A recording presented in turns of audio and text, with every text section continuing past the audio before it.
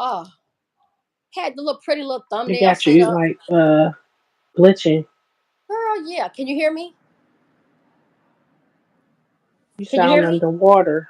You- You I sound like sound I'm underwater. underwater a little bit. Damn. Let me see if anybody else can hear me. Let me put it on my TV so I can hear myself. All right, now you sound better now.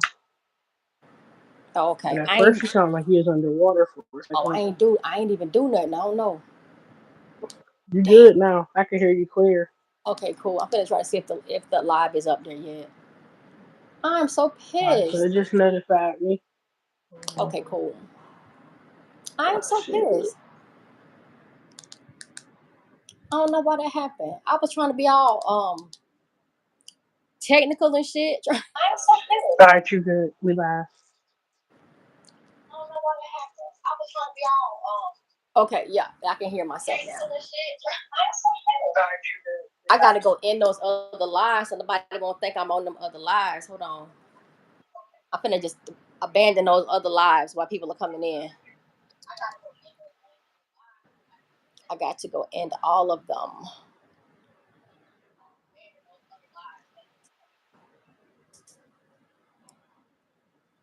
You all right today, sugar? Yeah, I'm straight. Cool. I'm gonna delete all the lives that I had set up. Hopefully, they'll be able to see just that one, and the other one should have expired.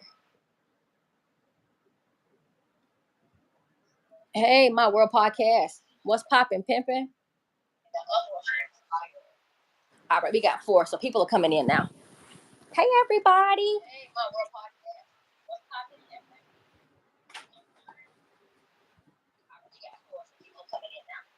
Welcome to the live, everyone. Thank you. I gotta let bro know we live too. You can just hop on whenever. All right, y'all can hear. I can hear us in your background now.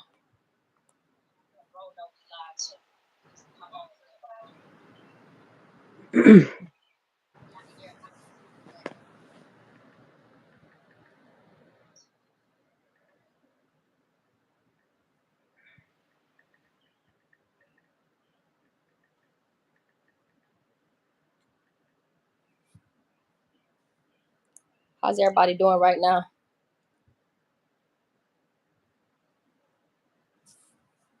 Okay, we got four in here. Nothing much. Good. What y'all? Anybody cook today? Cause I was a piece of shit today. I didn't cook. My son's not home, so I ain't have to cook. If he would have been home, I'd have been in that kitchen. Believe that.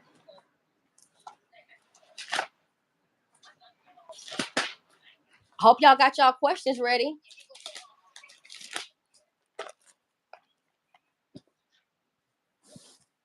So as y'all can see, the name of the video was gonna be it's gonna be Q&A for Kenneka. The reason I you ain't don't know cooked what to nothing. cook. Hey baby, what's I up, was young going Shay? by. I was going to grab some hoagies today. He said he don't know what to cook. It's so much stuff you can cook. Okay, good. I'm glad you got some questions. That's exactly what this Q&A is about.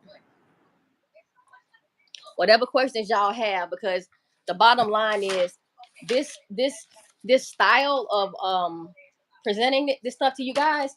My intent was to present it this way to make it more informative and more educational, so that you guys can get something out of it and kind of piece the loose ends together.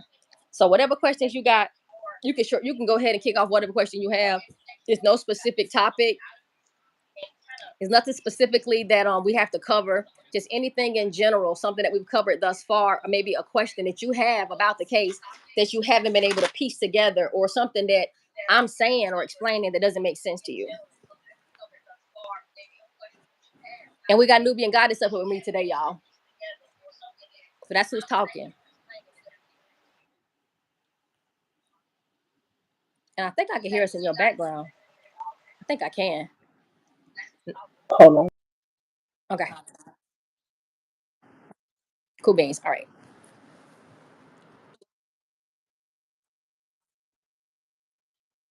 I got you, boo. We got five of y'all up in here. Yes. I know. Young Shane, what you what you eat today, baby? Did you cook or did you eat something? Did somebody cook something for you, Young Shane, or you had to cook? Somebody should have cooked something for you.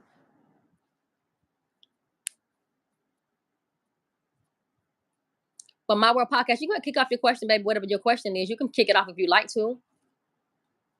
And if you don't want to kick it off right now, no big deal. I'm just gonna run through the segments that we've had really quickly, not a long time. What makes you think the party was never at the hotel in the first place, and what dates? Yeah. So My World Podcast, have you been watching this whole series we just did?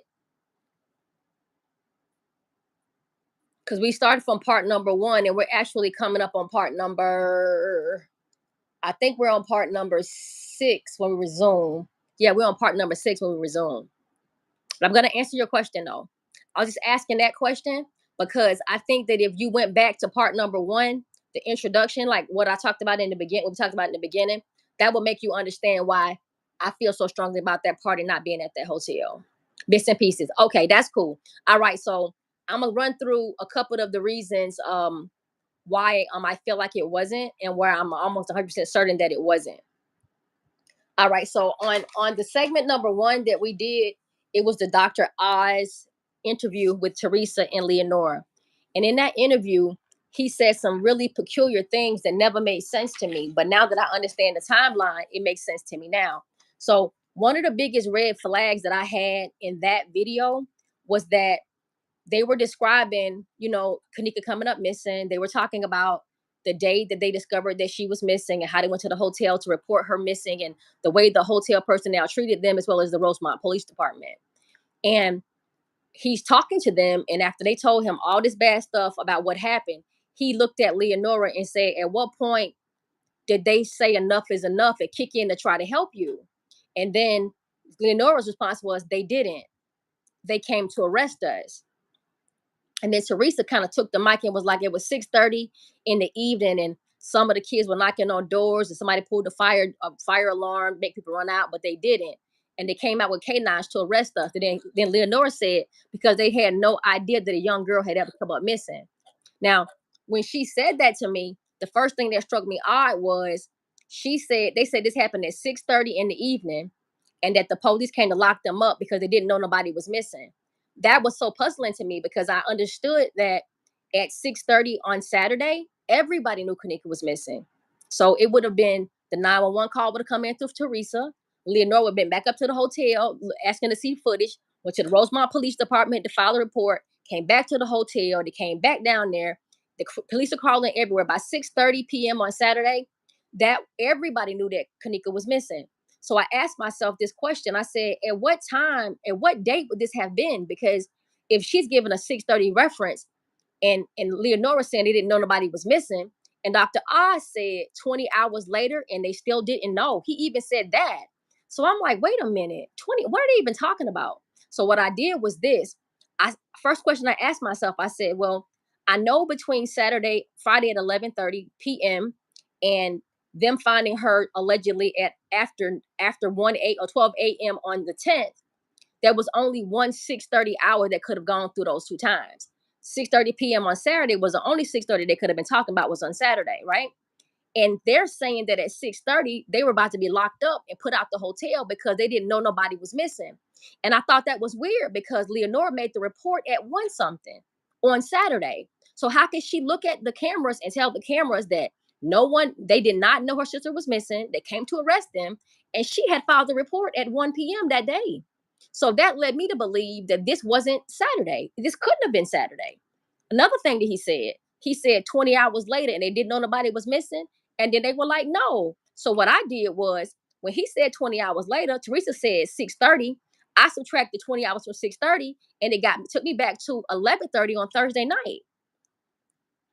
That's the first indicator that I had that the dates wasn't right. So now I can definitively say that at this point, they're talking about a 20-hour time span of her leaving the house. She's talking about a 6:30 time span when they was about to get locked up because nobody knew the girl was missing. And this is coming out the mouth of the young lady who made the report. None of it made sense to me. The only thing that made sense to me was that it would have had to happen on Friday at 6:30 And that's why they didn't know, because the report hadn't been done as of Friday at 6:30. And on top of that, 20 hours before Friday at 6:30 would have been 11:30 Thursday evening. So I felt comfortable with that. Now that was just one piece of it. That's just one piece of it. That ain't got nothing to do with nothing. Now we got them admitting to this stuff happening on a whole nother day. Now we got Kenneka missing on Friday before 11:30, not after 11:30, before 11:30. Now we got a fucking problem because already the timeline is messed up, right? So now we trying to, okay, now we realizing that, okay, this had to happen Thursday going into Friday. All right, does that mean it didn't happen at all? No, it don't mean it didn't happen at all. But guess what else we ended up discovering? When Monifa was telling her story in segment number 2, she was saying that she didn't think that West and them would do nothing to Kenneka. I don't know who the fuck West and them is, but West was never in the police report. West them name never came up in none of these statements, none of these lives. She's talking about somebody named West and them, and it could be a group of boys or a dude named Weston, however you look at it. Right. And see, and that was something else. So people were saying it could be a dude named West or the boys that hang out west, because they call themselves the Western boys, the Western, like they traveling vice lords or whatever, right? So we thought that could have been that as well. But it's some other things that she said. She said in that same interview, I thought Kenneka was sleeping on a couch or something. I said, on a couch? There's no couches in Crown Plaza. There's no couches in Crown Plaza. There's seats and ottomans, but there's not a couch there. And if you find a couch in Crown Plaza, send me the fucking picture, because it doesn't exist. And they said the room wasn't a suite, so it would have been a couch in the room either. So she said things that led me to believe that this didn't happen at the hotel either, not for the way they're saying it. Now we're going to keep on going. Now, when we got to part 4 with Killer and Peas, they're having a conversation with Zach TV, and there's a gentleman in the background that keeps interjecting into everything that they're saying. The entire time, this gentleman is talking about how he walked around with Zach and Peas, and they were all, they were all looking for Kenneka and everything. And then they asked Peas them, when did you get the call that they found Kenneka body? Peas in Thugger 30 says 12 midday on Saturday. Well, we got another fucking problem, because midday on Saturday, Leonora hadn't even made the report yet. The report happened at 1. So how would you get the call at midday on Saturday? And mind you, this ain't them lying. They both said this shit at the exact same time. You got to study the body language and see how they were looking at each other. Killer over there to the side trying to make them understand they fucking up the timeline, but Peas and this dude on one accord, so they looking at each other, bouncing off each other. So now they're admitting to having known that Kenneka was dead by 12 o'clock on midday on Saturday, which would line up with what Kenneth Tart and Rayshawn Mitchell video, when they were asking them, did y'all kill that girl? And then he said, no, we lifted her soul. That happened around 2 o'clock in the afternoon on Saturday. So all this stuff is lining up. Now, let's get back to what you asked. You said, what's up, Cold Pepsi? You said, why do I feel like it wasn't there? Now, let me tell you what really, really did it for me. When Zach was talking to the birthday boy, which is Killer and Peas, and they're explaining the whole situation, and then Zach looks at them and says, how did anybody even know that y'all was at the party? And they said, because of the lives. Now, let me tell you how fucking crazy that is. Zach is looking at the birthday boy, talking to the birthday boy about his birthday party in which his friend came up missing. And he looks at the birthday boy and asks the birthday boy, how did anybody know that you were at your party? That shit didn't sound right to me. Killer should have said, because it was my party. Everybody was there because of me. Flyers went out, la, la, la. He didn't say that. And then the nigga Thugger 30 was like, man, it was crowded, man. It get goofy out west. When he asked them about the party and how people knew they were there, he said, man, it get goofy out west. And I'm like, here come this west shit again? Now, Killer don't, he says that the live is what let people know he was at this party. I'm like, damn, but your party, you sent flyers out. So this must not be your party y'all talking about, because you supposed to say it. They knew that I was there because we sent out flyers. They knew I was there because it was my birthday party. He could have said anything, but the lives is how they knew. But it was weird. But it gets better than that. Now let's get on Irene and what she said. Irene said on more than one occasion that Monifa was not invited to her party And Kenneka knew that shit, and she told them all their faces that she couldn't come. Yet at this party, Monifa was there in attendance. Now, some people was like, well, maybe she just came anyway. I don't think so. I don't think that Kenneka would bring Monifa to a party where Irene don't fuck with her and told her don't bring her, but Kenneka just gonna bring her anyway. So in a lot of all of that, it started making me understand what was going on. So now what I realized is they lied about who they said Kenneka left the crib with. Kenneka left the crib with Monifa. She picked up Monifa earlier that day, went back to the house and got her hair done. They left the house together. There was no Shamaya. There was no Bree with them at that time. They hit this party out west, which ain't Irene's party. It ain't Irene's party. It ain't Killer party. That's why Irene didn't say shit about Monifa being there because she couldn't, because it wasn't her party. And Killer didn't say shit, didn't say it was his party because it wasn't his party either. But somebody had just came home. Okay, so I'm probably going too fast, baby. If I'm going too fast, I'm sorry. I ain't even looking at the screen or nothing. I might be speedballing right now. But I wanted to give you all of the indicators that pointed to this party happening someplace other than Crown Plaza. And then let's state the Well, you pretty obvious. much answered it because you're telling that once Kenneth Hart and them was seen at the same time frame, and he reacted to the fact that they're talking about the girl who just lost her life, but she's not supposed to be in that time frame. It kind of lines it up because it's like, why is it that she's suddenly in a position to where she's being basically made relevant? Like whenever it comes to them saying like what you do to that girl in the chat, like why he was live. So that pretty much tells why you feel like there's a different date and you got a person you feel is responsible. So you pretty much answered it. And there you go, young Shane. It was Thugger 30 party.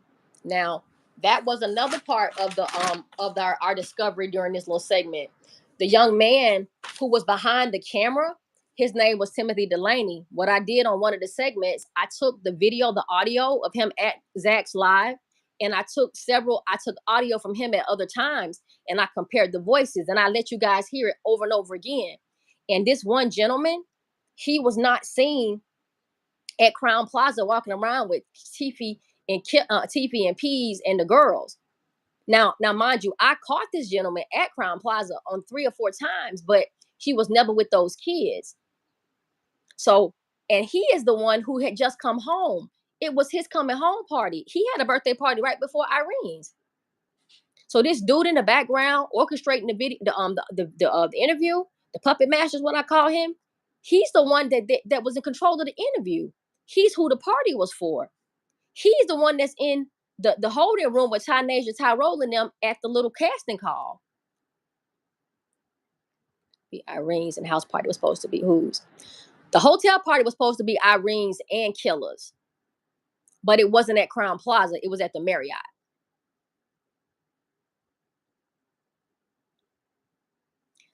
I got the date on that too. The date on that, Cold Pepsi, was May the 1st of 2016.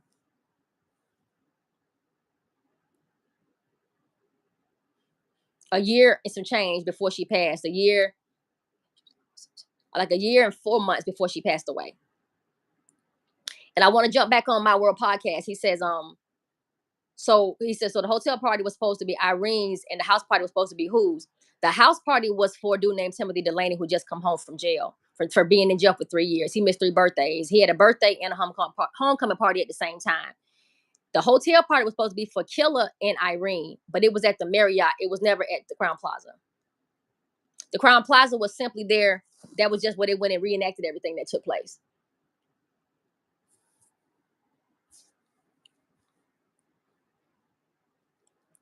And also, Copeps, I'm glad you brought that up because what I want to do is I want to re-examine the Loso Day footage and show y'all that wasn't nobody being shady to Kenneka at Loso Day. Wasn't nobody being shady to the girl at Loso Day.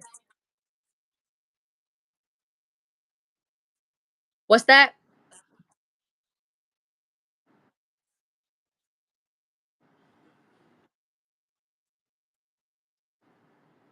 That I got, baby. I got the proof to show you that thing happened in 2016. I promise you it did. And let me tell you how I figured it out. That damn Garrett girl, that Shakira Garrett girl. her braces were taken off. She had a braces taken. Girl, I tracked up. Let me tell you something. This is what I did, y'all. This is how I figured out what the day for Loso party was, because everybody was confused about it. I looked at Jazzy. I looked at Jazzy's hair. I looked at Quetta hair. I looked at Kenneka hair. I looked at Shakira's hair. I looked at her. You said what, baby? What you say, Nubian? Did she put us on mute, y'all? But check this out. The Loso Day party, it was definitely in May, but it was 2016. And how I tracked it down was, it was crazy what I had to do, because nobody really knew what the date was. So what I did was, I paid attention to what everybody had on and everybody's hairstyle. Literally, I went back to Quetta's Facebook page. I went to Jazzy's Facebook page. I went through Shakira's Facebook page. And I went through everybody's Facebook pages looking for the exact same hairstyles. It just so happened that Quetta had just got her hair done that day. And I got the date that she got her hair braided. It's the same style. I know when she took the fucking braids out her head, y'all. I did all of that because I needed to understand what the time frame was. That video was shot in 2016. Hold a moment. It wasn't 17 at all. And I can show you proof.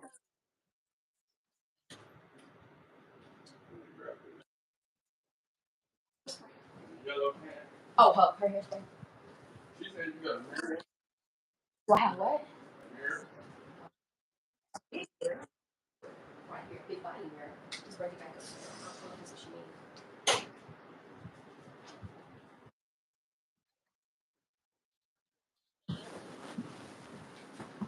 Yeah.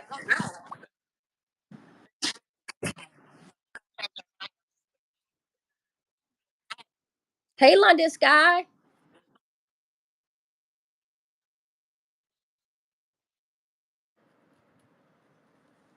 Right. So let me tell y'all something that works for me with this case. Because they lied to us so bad, I had to pay attention to everything other than what they were showing us. Like, the way I tracked Timothy Delaney down and knew that he had a haircut and didn't have a haircut, and I understood what day. Y'all remember that video surfaced of Tynasia, Tyrolin, Thugger 30, and everybody was in that little holding room, that little casting room? When I saw that video and I first heard him speak, I didn't know who he was, but I definitely paid attention to the fact that he had a haircut. So when I saw him on the Crown Plaza footage on the lower level, because he was with Miranda Morgan, by the way, y'all. It's crazy how this shit went down.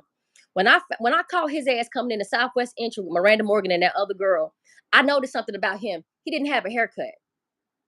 When he was in the lobby, when Teresa ran out the West Meeting Hall, after she heard Kenneka was dead, he was in the lobby with Miranda Morgan at that time as well. But when he's with Tyrone and them, he got a haircut. So I said, when the fuck did he get his haircut? So guess what my psychotic ass did? I went to his Facebook page, scrolled all the way back down to when he came home, and found the barbershop picture where he got his fucking haircut. It's on our community wall. I had to think outside the box. And then I noticed the haircut happened on September the 12th. So I said, damn. So that means Tyrone and them was in that holding room with Thugger 30 them after the 12th. Which blew me, because I just was like, so y'all was up in that bitch on Tuesday? So this filming didn't stop on the 7th, the 8th, the 9th, the 10th. This shit went through the 11th.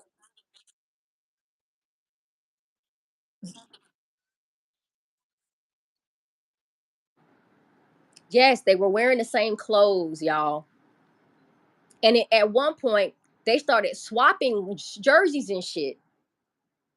There was a dress code. The dress code was all jean outfit, all black Adidas. Two dudes had on a yellow jersey and Timbs and jeans. Two people had on the Red Hawk jersey. Everybody had on Adidas attire. It was the weirdest shit I ever seen. Irene had on all jean. Jalen Ford had on all jean. Boss had on all jean. Fake ass Kenneka had on all jean. These people were all coming in dressed just alike. It was the weirdest shit ever. So the only way that I could make it make sense was to look around everybody and stop looking at what the fuck they were trying to show me. So when I tracked Thugger 30 ass down and I found out he came home and that they was talking about they finna throw him a party, and this is his first party being home, and his birthday was right before Irene's. I said, well, look at this shit. Now I got the motherfucker in the video with Zag TV and the kids, and he talking about it get real goofy out west, and he's narrating and talking about how he was walking around helping them look for this girl. I said, that's the dude who the party was for. On top of Killer them saying, Peas them saying they got the call at noon on Saturday. And then also something that went over people's head, and I just caught it because it went over my head too. Zach asked Peas what time he got to the fucking party. Peas told him after 12 on Friday on the 8th. After 12 on the 8th, it's 12 o'clock in the morning, y'all. On the morning of the 8th would have been Friday morning, which aligns with the party out west on Thursday. I do not know, baby. I'm gonna tell you what I did, and if you want me to, Cold Pepsi, I can send it to you. I got a whole file on Timothy Delaney. I actually paid for it. It's like a 30-page file. I got it in my email. If you want to get that file and go through that file, because I could not find his arrest reason, like whatever he got arrested for in jail, he didn't do his time in Chicago jail because I couldn't find him in Chicago jail. But what happened was when he came home, on the day he came home, he had an ankle monitor on. And I got a video of him even cutting the ankle monitor off after they let him go. Because he was on a house arrest. But not during this stuff happening, not the first day. See, people that got somebody that been in trouble before, the PO them give them time to come report to them to get their monitor. Timothy didn't have no monitor on his leg. This might sound crazy, but I think, okay, I'm not even looking, y'all. I'm sorry. I'm just rambling. I ain't even looking up.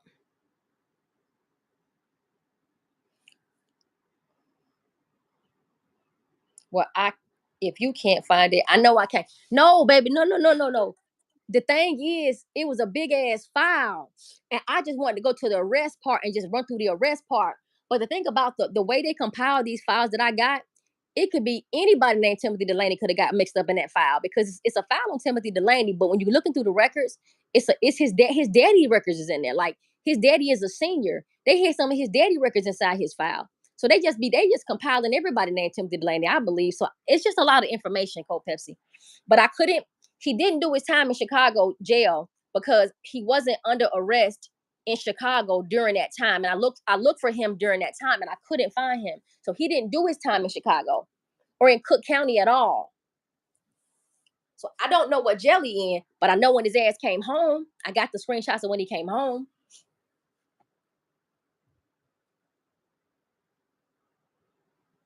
And I agree with what My World podcast. I agree with you on that. So Cold Pepsi, I'm gonna try to find out. You asked the question. What question you just asked me? What did Doug go to jail for? And then somebody else asked me something that I said I had to go back and look at. Oh, the date of Loso's party. What I'll do is I'll go back and get my screenshots because I had to check. Well, really what got me on the right date for that is Shakira she had taken her braces off. And she had, because girl looked at teeth, hair. Child, you wouldn't believe the shit I've been through. I had to do it, but I got it though. Send it to me, baby. Whatever it is, you want to send it to my email or tell me what it is and I can look it up. And I don't mind watching the whole thing. I'll watch.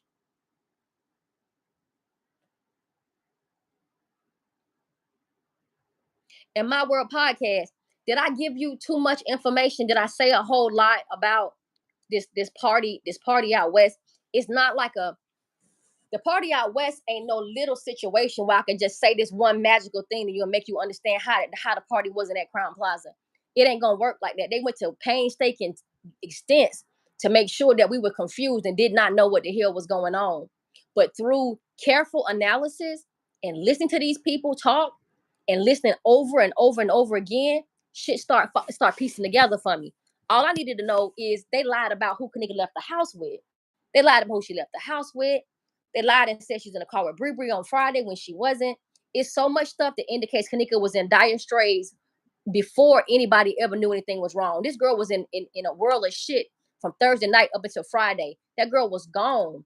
That girl got left at that party. Monifa left that girl at that party. That's why Teresa keep on saying she was left at the party. That's why she kept saying that shit, because she was left at the party. Monifa left her. She left Kenneka. She came with Kenneka and she left her there. Kenneka's phone, her keys, her phone, all that shit got left out at that party out west.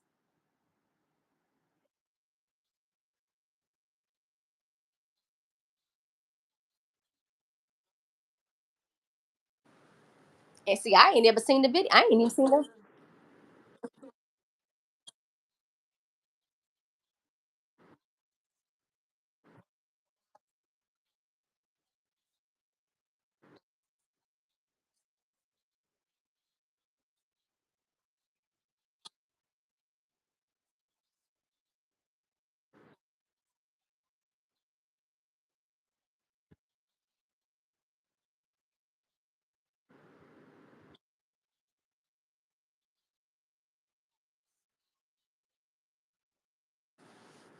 Oh shit! You see what Cole Pepsi just said? Oh my God! She said, "I got you." So Cole Pepsi said she want me to watch this video, and then she said on the guy's live, somebody said J4K, and that threw me because she was there. Girl, what video is that?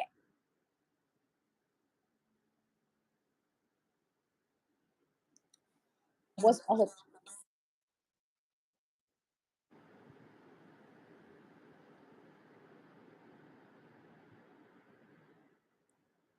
right?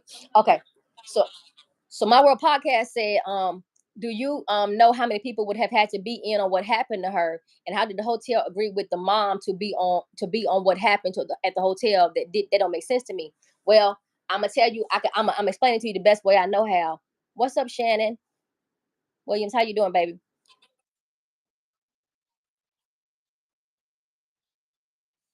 Mm-hmm. She said that, right? And my World Podcast. Let me say this,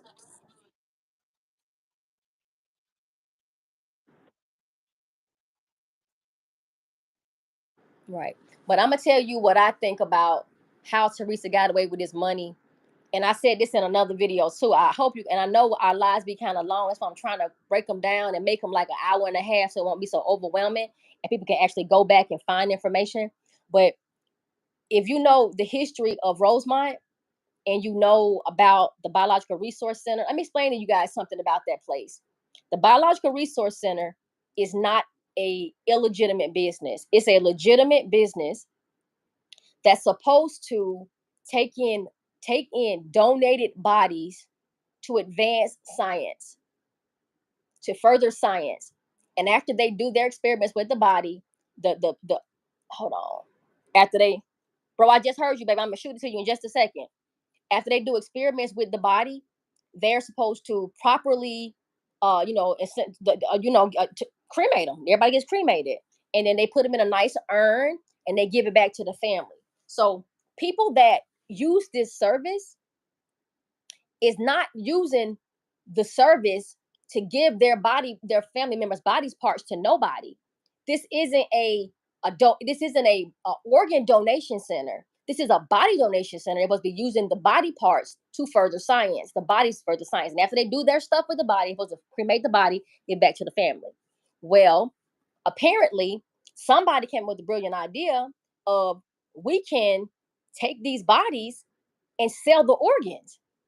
Now, the problem with that is if you got a sick patient, a patient with a disease or something, if you don't know the cause, if the cause of the death is not a disease, you ain't gonna even know what's up with the patient's body parts. And if a motherfucker desperate enough, they don't care. These people don't care about what black market organs is something very serious. Let me just say that. Let me just say it like this. This city has been doing this for years, not just Chicago. A lot of cities do this, and they front with these body donation centers. So when you have bodies that were legally given to you, you can transport these bodies across state lines. You can move body parts across state lines because you're donated this stuff. It's a part of your business practice. That's what you're in the business of doing. But what they started doing was they started selling the body parts, black market in the body parts. Supposed to have been donated and signed, but they was actually selling the body parts. And yes, because some of them,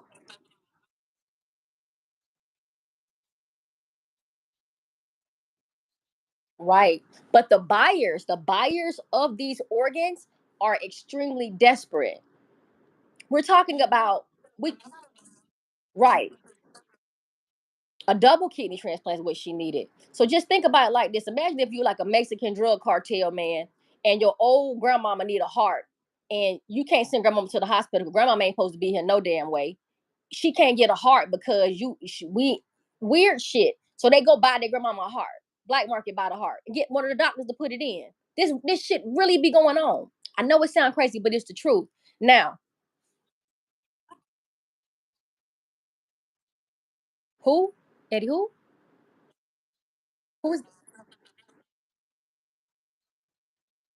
oh child, I ain't and Lord knows.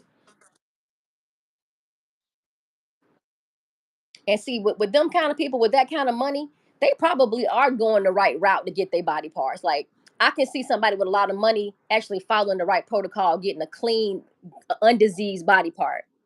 So hold on.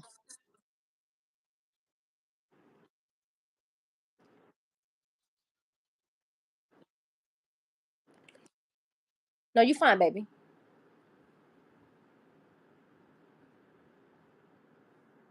What I didn't even hear what you asked for Pepsi.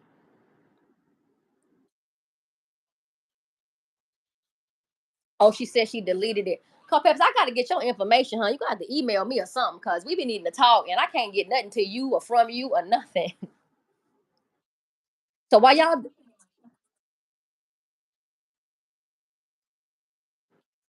Oh, about the one that said J4K, and she was at the event, right? Got it. Okay. Well, if she'll flash it one more time, baby, I promise you we'll catch it. I'll screenshot it and I remove the comment. How many videos they got?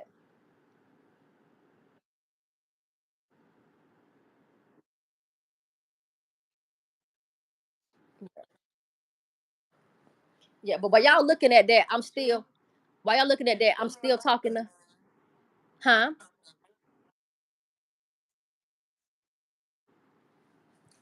Well, hopefully Cole Pepsi can tell us exactly or give us the time frame, give us the how long the video is. We can use that as a reference.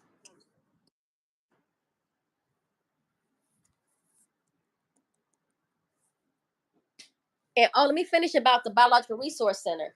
The Biological Resource Center had a hub in the same building as Rosemont Public Safety Department. They were sharing the same office space. Their headquarters was in that location. The O'Hare Airport is right there in Rosemont. It's well known that these people are doing this stuff. And the crazy part about it is a lot of rabbis over the years have gotten in trouble for doing just what we're talking about, black market organs. A lot of them, a shitload of them got arrested. It was a father and son that owned a crematory in Schiller Park. Like it was a dude named Donald Green and his son. They had a crematory in Schiller Park where they was taking people's body parts and selling them and saying they were cremating the people, but wasn't cremating the damn people. This is all going on in right around Crown Plaza. All of this stuff we're telling y'all, and it was going on.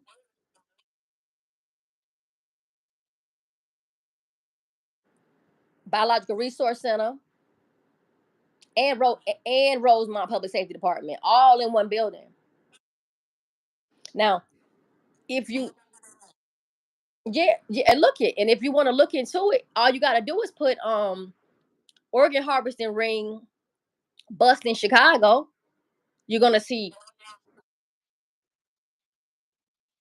yep, yep.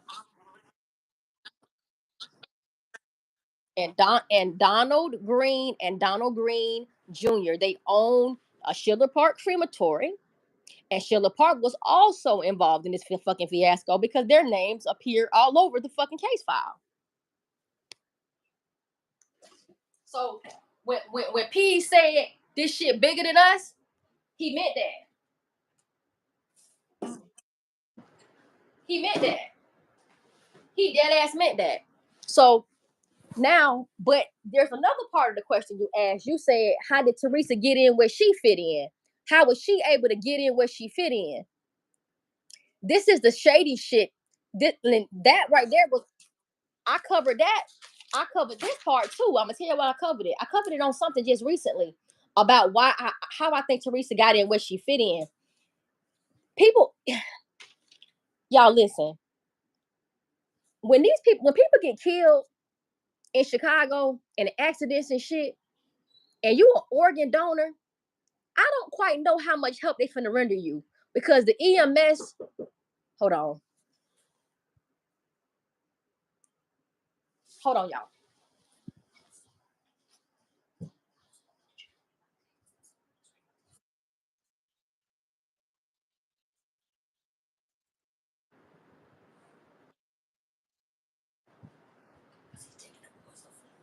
It's always some shit with him and them. Um, what was I saying, guys? Oh yeah. So yeah, no, I was talking about the organ donor people.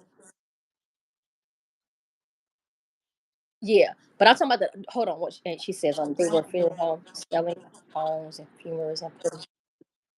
And you right, baby girl. 9 minutes, but at the ones. Okay, are you got that? I'm gonna write that down real fast. She said whatever the video is, the video. Okay, cool. All right. And NYC Angel baby, welcome, come on in. She said there were funeral homes selling bones and femurs and putting PVC and lead pipes back in the body. Yeah, they definitely were doing that. They definitely were doing that. So just understand this. You got to take it back from the beginning. EMS personnel. They the first motherfuckers that do shady shit. They got connection with the hospital, especially if you're a donor. If you're a donor, you could possibly be saved, but we don't know what they're gonna do for you if you a donor and somebody need a heart. We don't know what's going on. That's why they say you shouldn't even do no donating shit. But I look none of. That's why I took none of the donor. Oh yeah. Oh yeah. I been took that. I been took that shit off. I took my they was offering discounts on license. They were like, if you be a donor, you pay $5 for your license. Bitch, I pay the full price. You ain't getting nothing to mine. You gonna have to steal it to take mine. But the EMS is the people that show up at the crash scene when people get into an accident. From the EMS, they take them to the hospital.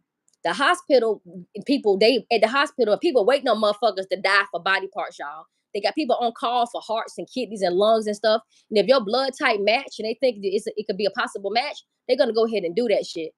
This is what they do. Now, if you got somebody need a heart and you stealing organs out of people, so how do you even know whenever you have an accident and go to the medical examiner's office to get your autopsy, they cut you open with the wire incision and take all your shit out anyway. They normally put your stuff in a bag and put it back in your chest and sew you back up. We don't know how many loved ones left about that motherfucker without organs. You just don't know what's going on with this stuff. We just don't know. And people are finding ways to make money, y'all. And it's just the bottom line. It's scary as shit. It's really, really scary because it make you not want to trust nobody with your family's remains. Now, my family business is mortuary science.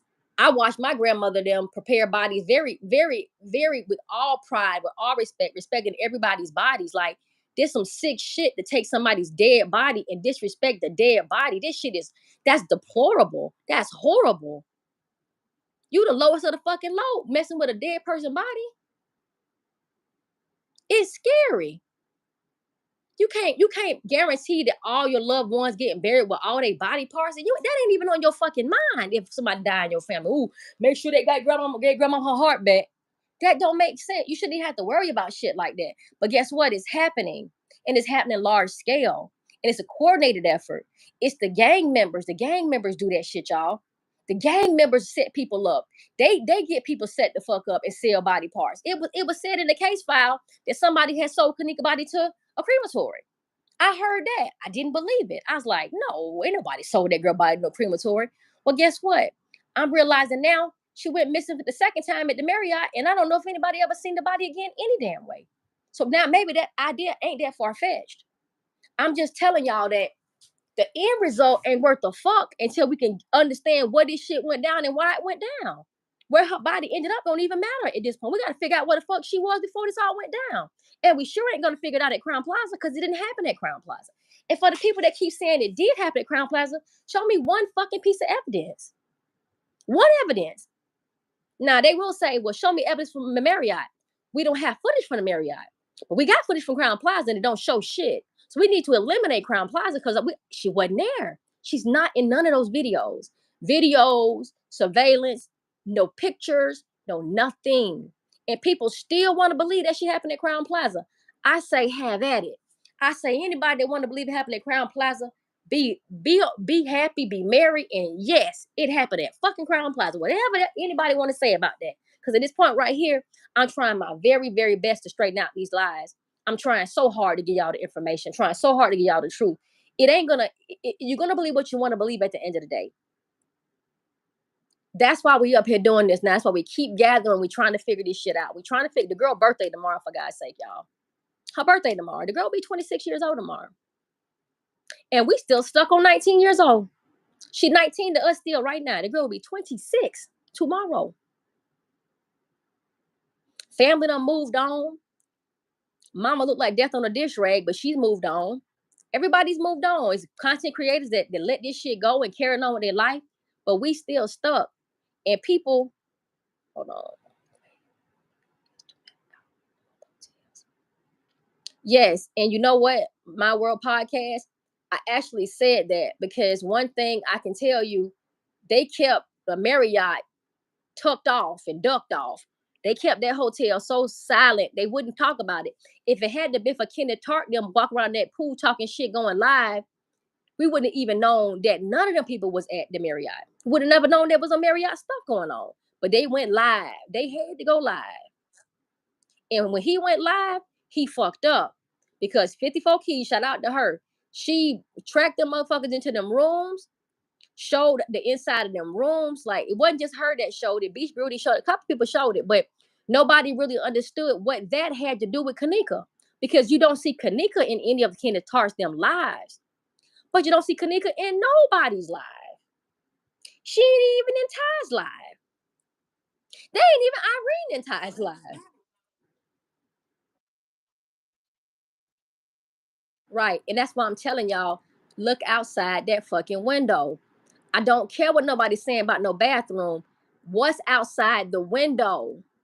What is that blue light that's spanning the whole length of that window?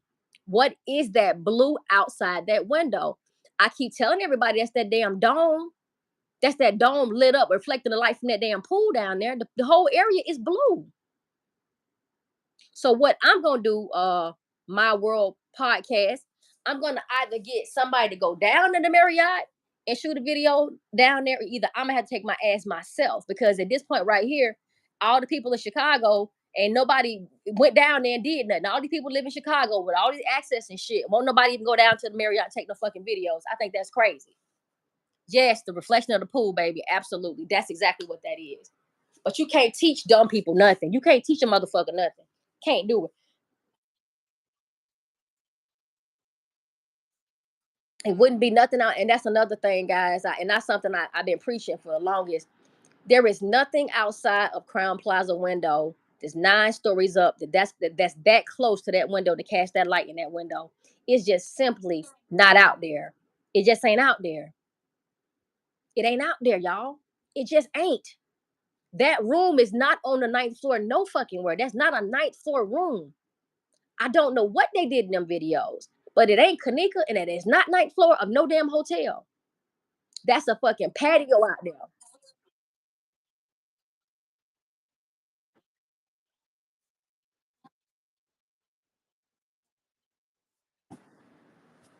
Co- We covered that too. We covered that too. Irene ain't in Ty's live. They listen, Irene live and Ty's live is 2 different rooms. And you got people that's literally sitting up there saying, oh, they reverted the footage. First of all, revert me to take back to the original. I put it on the fucking wall. I'm trying to teach vocabulary the whole time. That ain't got nothing to do with that. Put yourself inside those rooms.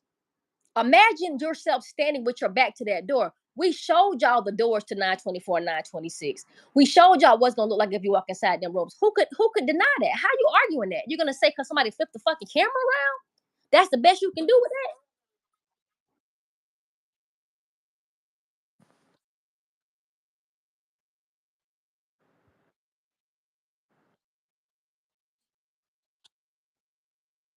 My World podcast, I was hoping the kind of thing you're talking about the whole time I've been on this case.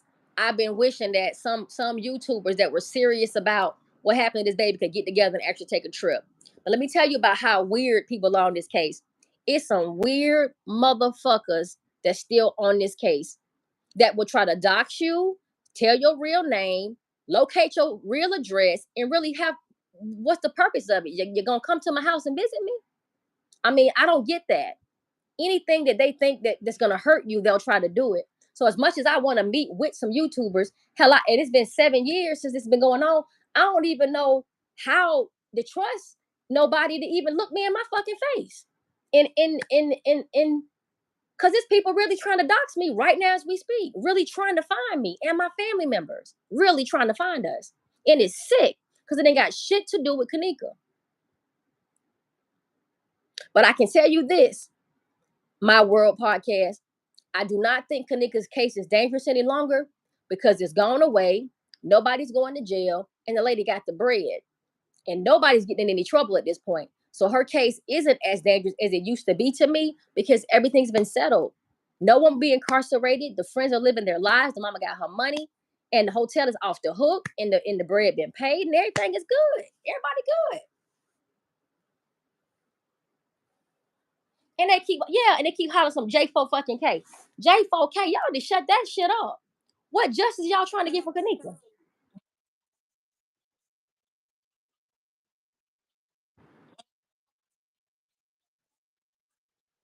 But I ain't seen nothing with Teresa or Leonora said let Kenneka rest. I ain't seen no shit like that on their pages, and I look at their pages. They're not saying let Kenneka rest. That's these motherfucking cornballs, square ass people that leave that girl alone. Let her rest. Shut the fuck up. I don't want to hear that. I got every right to fight for the rest of my. If I want to live the rest of my days chasing this goddamn case down, it's my life. It's my decision. Hold on, y'all.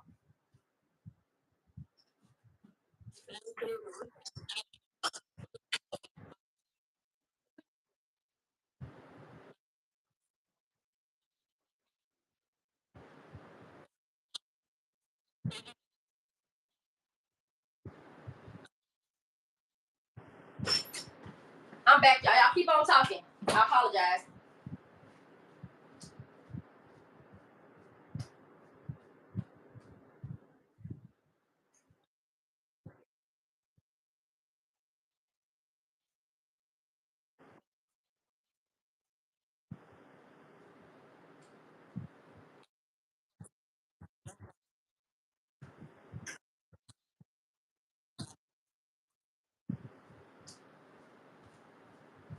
Y'all want to know what my first inclination was? That Teresa was lying and how everything was a mess, and how I realized from the door that none of this shit was what we thought it was.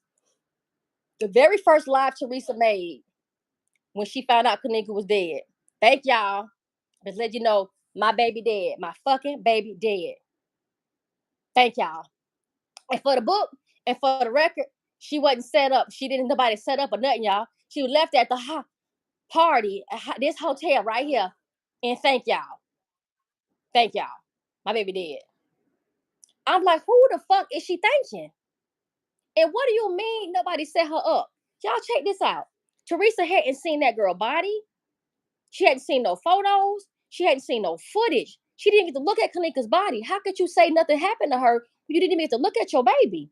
And then you cleared everybody. You cleared the friends for the setup. The hotel didn't do shit to her. So Kenneka just did it to her damn self.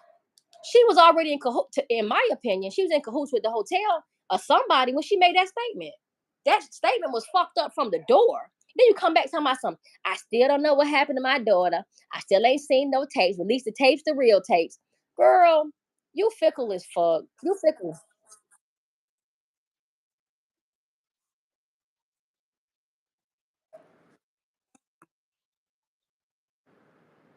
Yeah. Bullshit. Bullshit. Was it anything else, y'all? Cause we already approaching our 1 hour mark for this Q&A. We didn't get a lot of questions asked, but I mean we still chopping it up, still making it make sense. So it's still productive no matter how many we answer. We still are still having a conversation, so it's still good to me.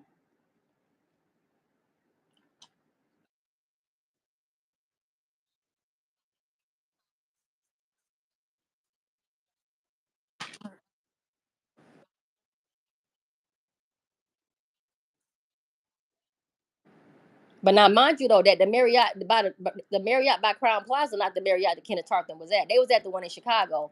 So you got a Marriott right beside Crown Plaza, within like maybe a half a mile or a third of a mile away, and then you got the one out there in Park Ridge, just in Chicago, the one in the Marriott O'Hare, which is 2.5 miles away, 2.3 something like that, a little over 2 miles away. So it's two Marriotts around the Crown Plaza. One is in Chicago and one is in Rosemont. The one that they were at, Kenneth Tarleton, was in Chicago, the O'Hare Marriott. But the Marriott Suites is the one right beside Crown Plaza. So it's two of them. And that's something else people got confused. They thought that it was the same one. It ain't the same one. It's a whole different one. I got to get rid of that.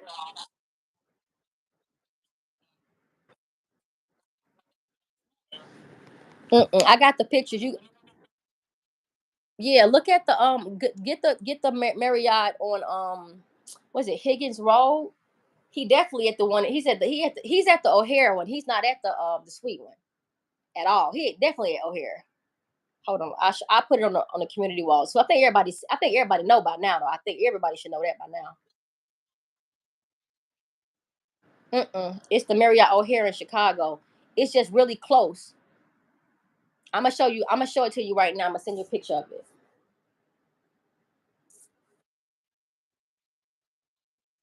Look, pull this up. Pull this up.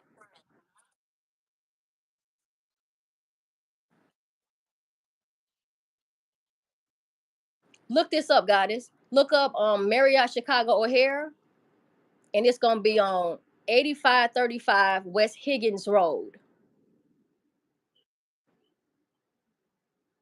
There you go, baby. He already on that shit. Thank you, my world podcast. That's exactly where it is. You on your shit?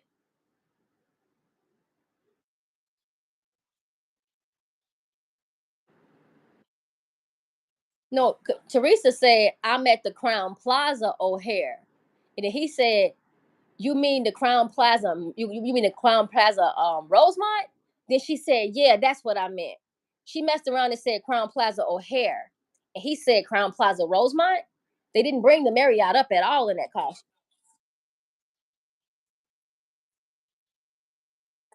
Mm-hmm. Mm-hmm.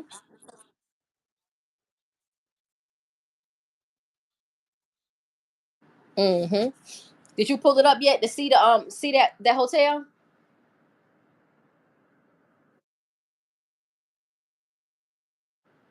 Now, if you look on the community wall, I did a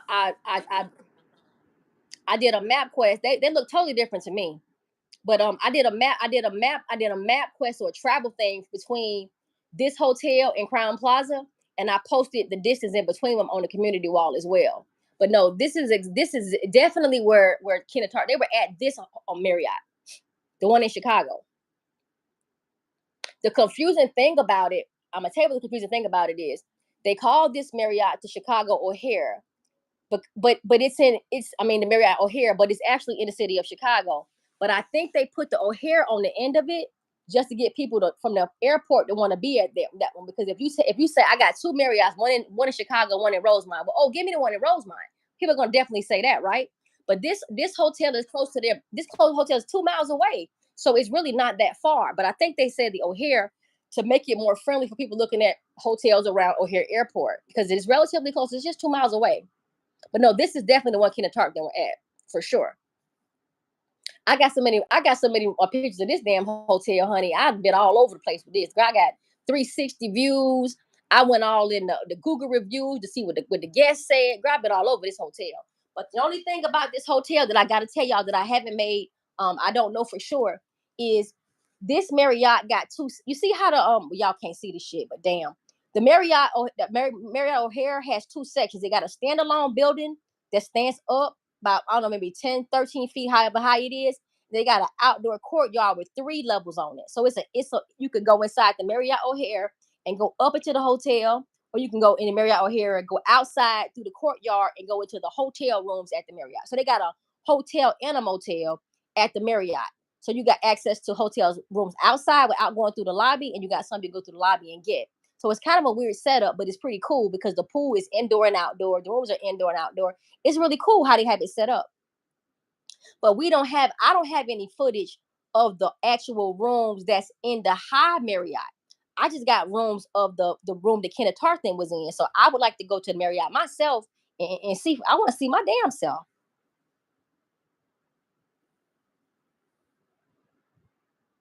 And what you talking about, Cole Peppers? You said when you talking to the 911 operator. Oh, you talk about what Teresa was saying. I'm at the Crown Plaza O'Hare. Then he was like, "You meant the Crown Plaza Rosemont?" And then she said, "Yeah. That's what I meant. That's what I meant." I kind of think she slipped up and fucked around and said O'Hare because she was thinking about the Marriott O'Hare. I think she messed up and kind of slid and told us something. Or it could have just been a total coincidence. I'm not really sure.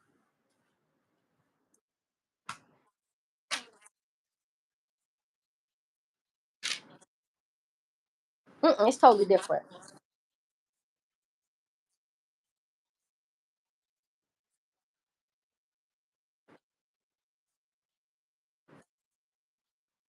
Mm-mm. But see, that's something people said. They wanted to point your attention to anywhere but this one. Anywhere but this hotel. They made it. They said the DoubleTree. They said the Marriott suite. They damn said everything but the Marriott O'Hare. They avoided the Marriott O'Hare at all costs. She was talking to her. There you go, Cole Pepsi. I got you. I see what you're saying. So you saying she messed around and it slid out. So Teresa run that little trap a little too fast and fucked around and put both hotels together and said Crown Plaza O'Hare. Yeah. That's what I meant. The Crown Plaza Rosemont. The police officer was like, "You mean the Crown Plaza Rosemont?" Oh, but guess what? Good thing, Cole Pepsi. Guess what that is? The 911 call is. You said part number 8 is a 911 call. Yeah, part number 8 of this series is gonna be the 911 call. So we're gonna go over that one too. So we got part number 6, which is Irene and Zach. 7 is Teresa on the radio station, and 8 is the 911 call. So we got those coming up. Was there any other thing? And this anything y'all ask, it don't matter what y'all ask, anything y'all want to ask, anything at all. Because we didn't really answer a lot of questions on this one, but I just wanted to make sure that we gave everybody the opportunity to ask questions for stuff that don't make sense. And also, if the response didn't make sense to you, let me know that too. And I'll go back to the drawing board and we'll try it again because I don't want to leave nobody feeling like, damn, I asked her a question and she didn't even answer it. I don't want y'all to feel like that.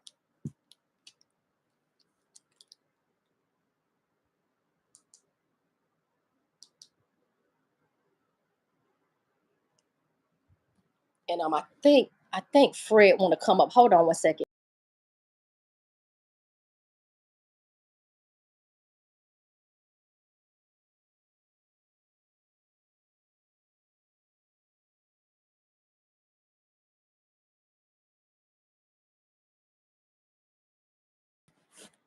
But I wanna if we do the stream yard, I want to be able to show y'all some visuals. I just want to go watch that video because it's bothering me. Okay, so Goddess, can you shoot me the video, please? That she talking about that you said you pulled up. If you could play it, hell, I'm gonna play it now. And yeah, I gotta copy this link. I don't even know how to copy the link to send it to Fred for him to come up here. Let me see if I can copy it from.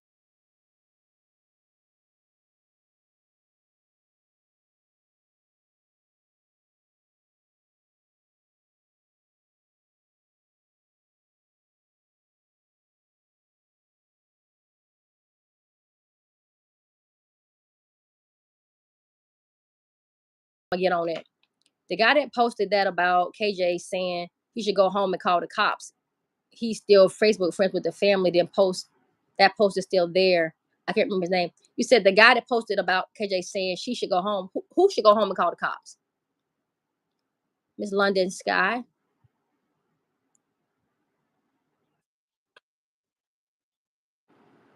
He told Kenneka to go home and call the cops. When he told Kenneka to go home and call the cops, when?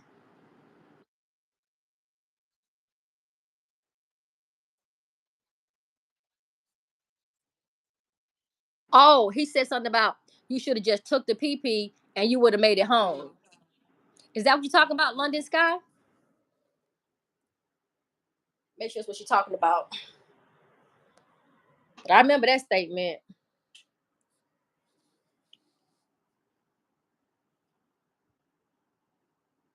Did you watch that video yet, Goddess?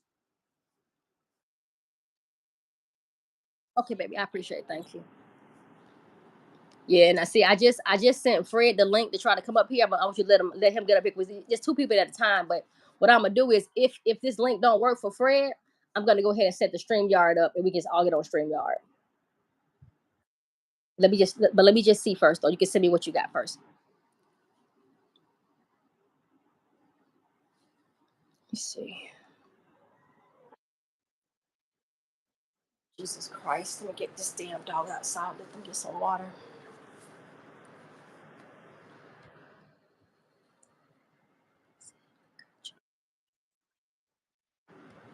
Okay, cool. All right, and drop down, Goddess, to see if Fred can come up, and if he can't make it up, I'm gonna go ahead and close this one out, and I'm gonna get on. We're gonna get on StreamYard. Essentially, baby, thank you so much. I'm gonna get you right back up here. Okay, baby. All right. So, Fred, if you there, I think she just got down. Maybe you could try to come up, but I really don't know if it's gonna work. To be honest with y'all, I don't know how to. Shit. Hold on, y'all.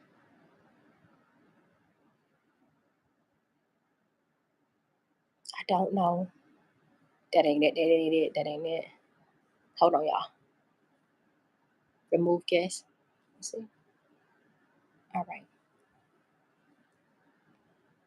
All right, bro. Try to come up now.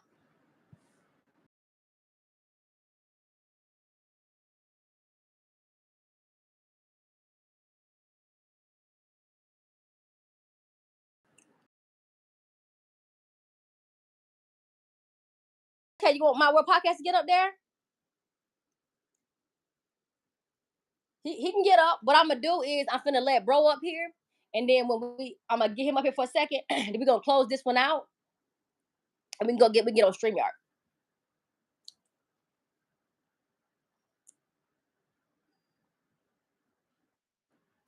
What Boom! else? Look who stepped in the room. What's good? What you doing, baby? Man, just cooling, man. I was trying to enjoy a little time at the dang pool, but you know how some people is. They make it hard. It was Oh having yeah, a most little, deaf, most deaf. All right, so yeah. we just my world pods. Yeah, what we're gonna do is after we close this session out, I'm gonna hit stream. I'm gonna hit StreamYard, and that way we can bring up a couple of us can come up for her pre birthday celebrate. We're gonna do like a little talk about her and go over the case files and talk about what's Okay. coming up next in the series. Cause we do got more parts we're gonna have to cover in the series. And I hate it for it to be this long. But one thing I am committed to doing is I'm committed to taking every single segment that we had. I'm gonna drop the thumbnail on the community wall for every part. And then any part that y'all got a specific question about, you'll be able to look at that and be able to say, okay, you know what? The Dr. Oz shit didn't make sense to me. I don't understand the 20 hours and the 6:30 thing. Or you can say Monifa's statement didn't make sense to me. I didn't know what she was talking about when she said West and them or Peas and Mhm. Killer and Thugger 30 didn't that did, I don't know how you got the party was out Okay. west from that. Like what makes you think they was out west based on what you that's what I want y'all to be able to do. Cause I think it'll be easier for y'all. What's up, Gwen? So, bro, we were just covering some questions. One of the questions Mm-hmm. matter of fact, I want you to piggyback on some of the stuff that we talked about. My Mm-hmm. my world podcast asked a question. He said, let me go back. He said, let me read what he said. I know what he said, but I want to just read it verbatim what he said. Mm-hmm. He said, okay, I think it's one. He said, what's also crazy is, do you know how many people would have to be in what happened, and how did the hotel agree with the mom to be on what happened at the hotel? That don't make sense to me. So he's saying that how many people for it to be the way I think it is and how we think it is, it had to be a lot of people in on what happened, and also how was Teresa able to successfully sue this hotel and get this money if her daughter wasn't ever at that hotel? But that's what and we don't even have to even defend it. We can go to what Killer said. Everybody was involved. You remember when Killer said that? When that killer who said that, everybody was involved. It was like the chainsaw massacre, the chainsaw massacre. Because them is important to me. That's my son's business. You feel like, So yeah, it was a lot of people involved, right? Also, LPs, thank you, Nene. I appreciate it. Plus, we got the lady who reported on her family being on the video on a different day, right? mm-hmm. She also said she seen thugs and businessmen at the pool having a conversation with the pool doors locked. They couldn't use the pool. They tried to use it. They can't use it. But thugs and businessmen. We know who the thugs were. We seen them running around the hotel. And we seen them on video at the hotel near it. So, what other thugs you think it is? You see what I'm saying? No disrespect, but I'm just saying, you know what I mean? She just calling what the way she see it, and that's the way they was acting. You know what I mean? Mm-hmm. Oh my bad, y'all. Little And you know sneak in. that's vegan. Mamba is vegan. Did you know that? I ain't know that. This mud so good. Yes, it's no gelatin. It's that I've been gelatin is eating not this made since from I was pork. little. Yeah, they're vegan. I used to eat them, but yeah, that's a good snack for a vegan Okay. or a kosher, yeah, a Jewish snack. Actually, I hate to say that, but yeah, that's what it is. Okay. We got I know it. another got a party. Cole Pepsi, he always chewing on some shit, making it look good, don't he? Well, hold on, let me make sure I send this live out real quick. Let me send it. I don't know how many kids he have Mariah. Okay, I'm back. Yeah, but again, I want y'all to ask any questions y'all may have. Is it anybody? Let Yeah. me ask y'all questions since y'all ain't got no questions for me and us. Is it Mhm. anybody in this chat room right now, and you will not be judged at all, not by me. I'm no one to judge nobody, that still believes that Kenneka at least made it inside the Crown Plaza? And it's a second part to that too now. Did she make it inside the Crown Plaza? And if she did, to what degree? Hey, baby. What's up, Nene Lewis? Mhm. Mhm. So do you think she made it into the hotel? And if you do think she did it in there, to what degree? Was she brought in? Did she walk in? Did shit go horribly wrong when she got there? Like, what terms do you think? If you believe she was there, how do you think she got in there? Hey sis, I Yes, want to answer before they even answer. by all means. If she did get in there, all right. If she did get there, it would be that conversation we seen between those two like janitor type people. When they was showing emotions of somebody dragging somebody, I think that would might. If it was, I think that would be her because in the condition she would have been in, I believe, getting there. You know what I mean? Getting there, she would have been in a position where she would have had to be dragged. She already had to be put on other people's back. You know what I mean? Yeah, I do. That's if But it, but like as far as do I believe that she like walked in there? Nah, I don't think she walked in there. But we ain't got no video footage of it, and they can just show it one picture of her walking in there, just one of them. and Nubian said yes before 10 p.m. I'm sorry. I must didn't catch what you said, sis. I didn't hear. I don't know what that goes to. So I might have missed something. You said yeah before 10 p.m. I think her Okay, body she was. think she came in there before she be. She might. What you see? What you said? Explain that Nubian got it so we don't misquote you. You know what I mean? Trying to make sure you understand what you're saying. Yeah.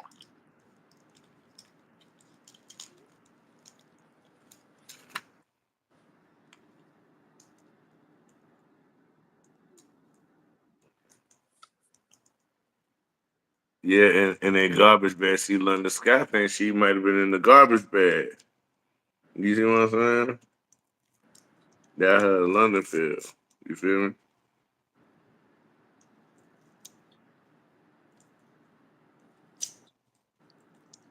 Okay. So bro gave his answer. He said that if she made it at all, to say the least, that when they were illustrating the pulling and the pushing and the dragging motions, that he would say that if it was anything at all, that would have been them trying to explain how they drug her into the hotel.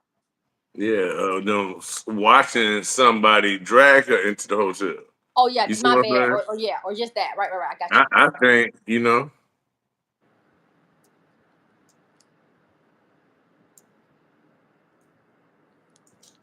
all think right, what? yeah. We need to check that. When we get on the screen, can we pull up that video? This part, Nubian Goddess video. Oh yeah, talking about the footage of somebody changing clothes on the 7 to 8:30. Oh, Mm-hmm. I've never seen the footage on the 7 to 8:30. We need to check that. Are you talking about in the down there in the lower level kitchen when that dude went in there with the beverage manager, or another footage you talking about? Mm. Well, she was really at the party at Crown Plaza. They would have never went live to tell the story. It was another party, like you say. Okay, London Sky. Okay, I see you, London. I see you, London. There you Nubian go, Goddess. baby. I agree. Yeah, the body got dragged in hallway on food court at 10. Oh, we gotta see that body get dragged. Was it in the trash bag or was it,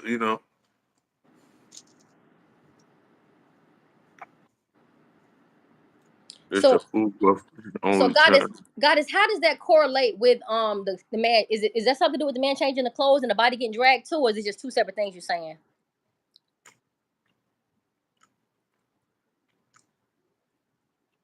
Okay, and Jesse Walsh said maybe she was carried in on their backs, then laid on the bed. Not what I believe, but I think it's possible. Yeah, very much Mm-hmm. possible.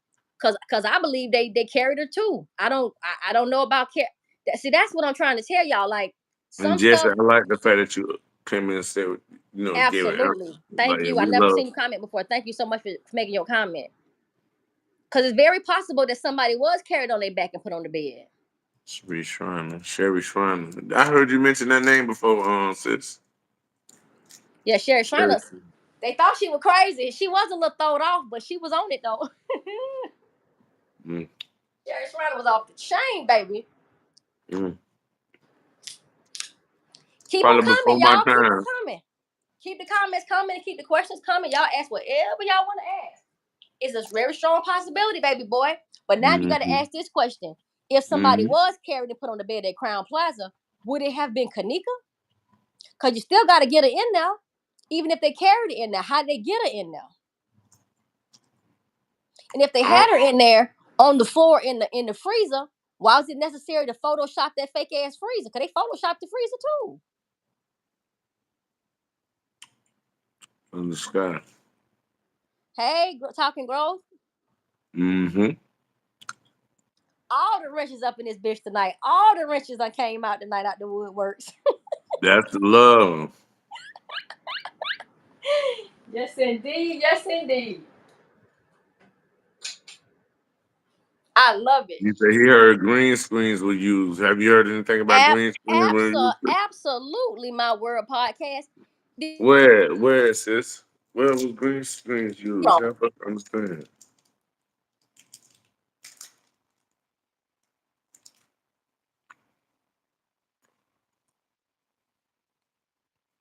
Mm-hmm. Mm-hmm.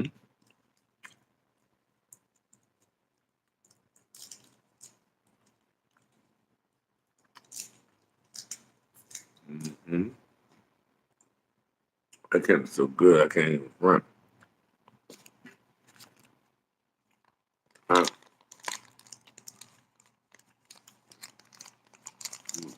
They just laugh at. Okay. So wait a minute. Somebody said something before I walked away that made a lot of sense. Mm-hmm. I heard. Oh, green screen. Yeah. So my world podcast. You got my TikTok. That's what I'm doing over on TikTok. When you see me moving all those parts around, making them videos, that's exactly what I was doing. What I did was the same concept as a green screen. So essentially, when you're making a green screen, what a green screen technically is a backdrop. It's just a green back. It could be digital or it could be just a green backdrop.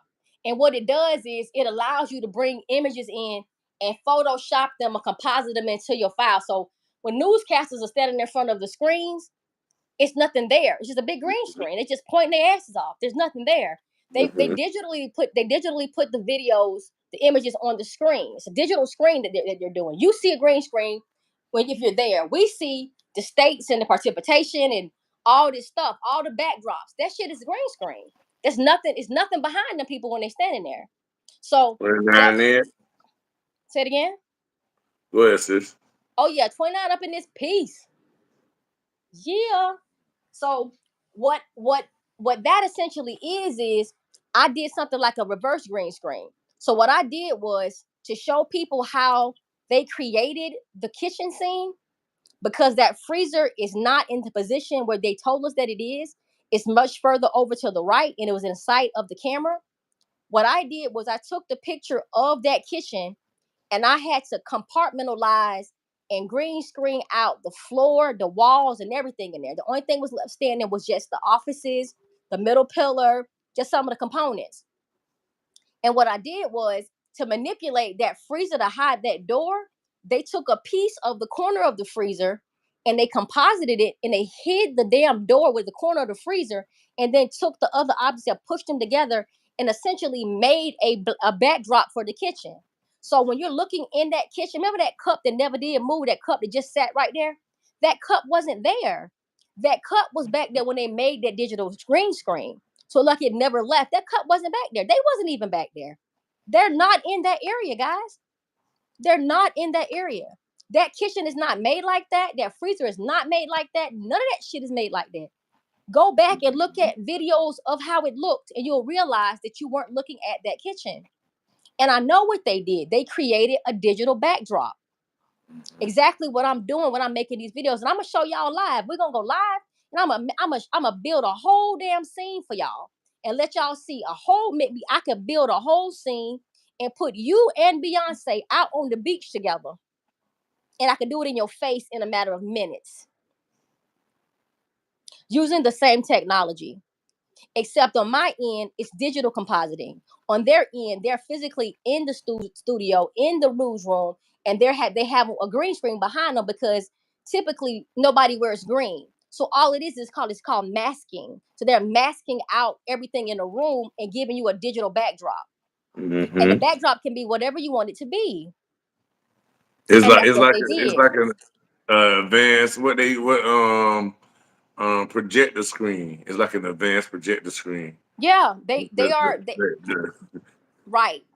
yeah. Or like them fucking holograms. They got people coming down on them holograms looking like they're somewhere that they're Yeah. not. It's the same technology, except the hologram is a light coming down showing you the person, Mm-hmm. but the green screen is the opposite. The real person is there, but the whole area behind them is totally different. That's green screen technology. Or in my world, it's called masking. They call it masking, and that's to take an object and isolate it and make it a standalone object.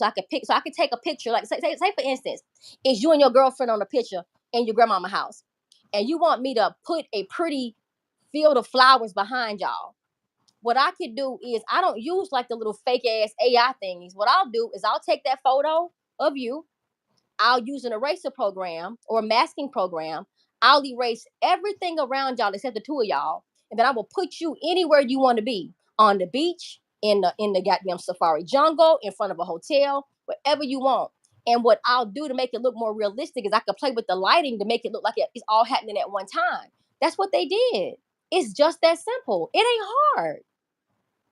It's easy as shit. And when a person knows what they're doing, or we do what they're doing, we see how easy it is. So in Rosemont's case, they used Adobe. They used like a really cheap Photoshop app. And what they did was somebody tried to be slick, and they took that picture of Kenneka laying on some floor somewhere, and they built the whole freezer up around her. The freezer wasn't even around. The picture of Kenneka on the floor in that area, it lifted up. But you have to know what I'm talking about. You have to look at it's a video that I did on there. They literally left the thumbnails. They didn't Yeah. even press it down, y'all. They did a bad job. All they had to do was Photoshop the shit, press it down into one PNG file, and nobody would have been able to extract anything from the file. But somebody didn't know what they were doing. They just took all these little pieces and built it up around that girl and left all these little pieces floating around. So when the another digital artist went in and he opened it up, he was like, "What the fuck?" So he started clicking and moving screws, and the whole fucking flow came up.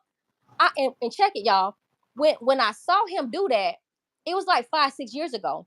I wasn't doing what I do. I have a business that does this now. So I made my business in 2020. This video came out like in 2018. So when I saw the video in 2018, I didn't know what the hell he had going on. But watching it now, I said, I be damn. This girl ain't even back there on that freezer floor, y'all. They photoshopped the fucking crime scene photos. And this is a fact. Hey, yeah, that's right. Hey, you see what My World podcast says? He said he know in That makes sense. 2017. Yeah, there's no technology to clear these videos and images. Yeah, that's what I'm saying. They ain't want them clear, bro. They did that on Yeah. purpose. That was what we don't know. So we believe what they just saying. Yeah, man.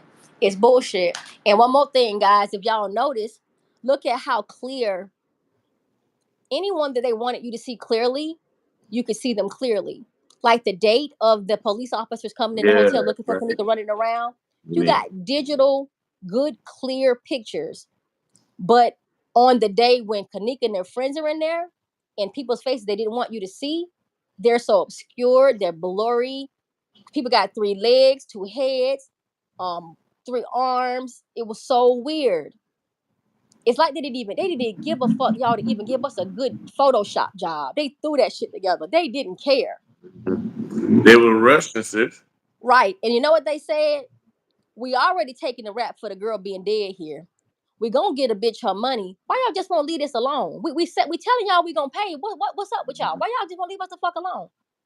So they gave us that one video of her walking in the hotel with her friends and said, okay, that's gonna trick them. No, the fuck it didn't. It ain't trick us. We knew better. We knew better. And some people, it didn't sit right with them spiritually. Some people are spiritual people, and when creepy shit going on around them, come in. And creepy shit going on around them, they feel it. They get creeped out.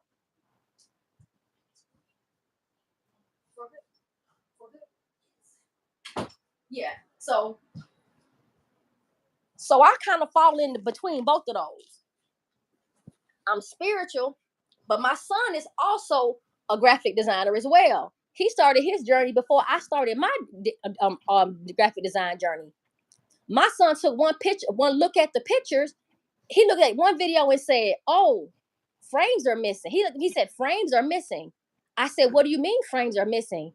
He was like, "You know, how you when an object is in motion, if you keep clicking it, as long as it's moving, it should keep advancing." He said, "Let me show you what they did." So it'll go 1 click, 2 clicks, she'll move. 3 click, 4 click, she won't move. 5 clicks, she jumped up. She jumped 3 spaces. He was like, Mm-hmm. they removed frames. He said they took frames out of it. So it's so many frames in each second on a motion picture, like Mm-hmm. essentially what it is. And they were taking frame. They stopped. They slowed everything down and removed frames and gave us a that she was jumping, like she was taking one step and she had jumped across the room. Mm-hmm. They were removing. They could y'all. This shit is sad. It's so fucking horrible and so bad. They did so much crazy stuff. It makes no sense. And then people got involved and people started looking and asking for footage and analyzing footage. And as we analyzed footage, Rosemont PD went back and kept making edits, modifying the records on the website. So we said, "Oh, look what we see right here." They go back in the next day, remove the shit, and upload it again, and take it out. So Mm-hmm. depending on when you got your footage, you get different footage. different footage from everybody got something different. You ask for freedom of information request. You ask for the January to February to March to April. Everybody got different shit.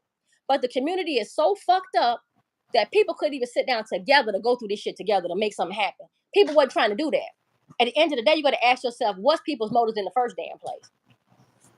Because we study hollering, footage is different. Footage is changing. It's different. We got different stuff. And people wasn't listening. They didn't want to know what happened to Kenneka.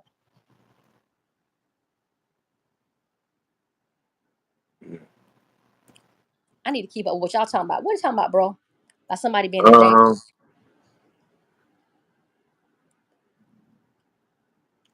Really made her out of a movie. All right, look, let me go back here. This is what I wanted to address right here. Mm-hmm. Leonard Scott said, I feel like Zach had a hand in the editing part. What you say about that, sis? No, not at all. Yeah. Yeah. I mean, I'm sure they got pretty good editors already in there where they wouldn't have to give it to Zach. But what make you say that, London Scott? And also, Dorothy Bryant, I see your comment too, baby. We're not overlooking you. I'm going to let London Sky Yeah. answer her question. We'll come back to yours, Dorothy. I got you too, baby. Yeah.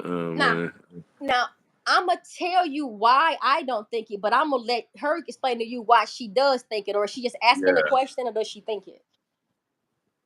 Yeah, she said, I feel like Zach had a hand in the editing part.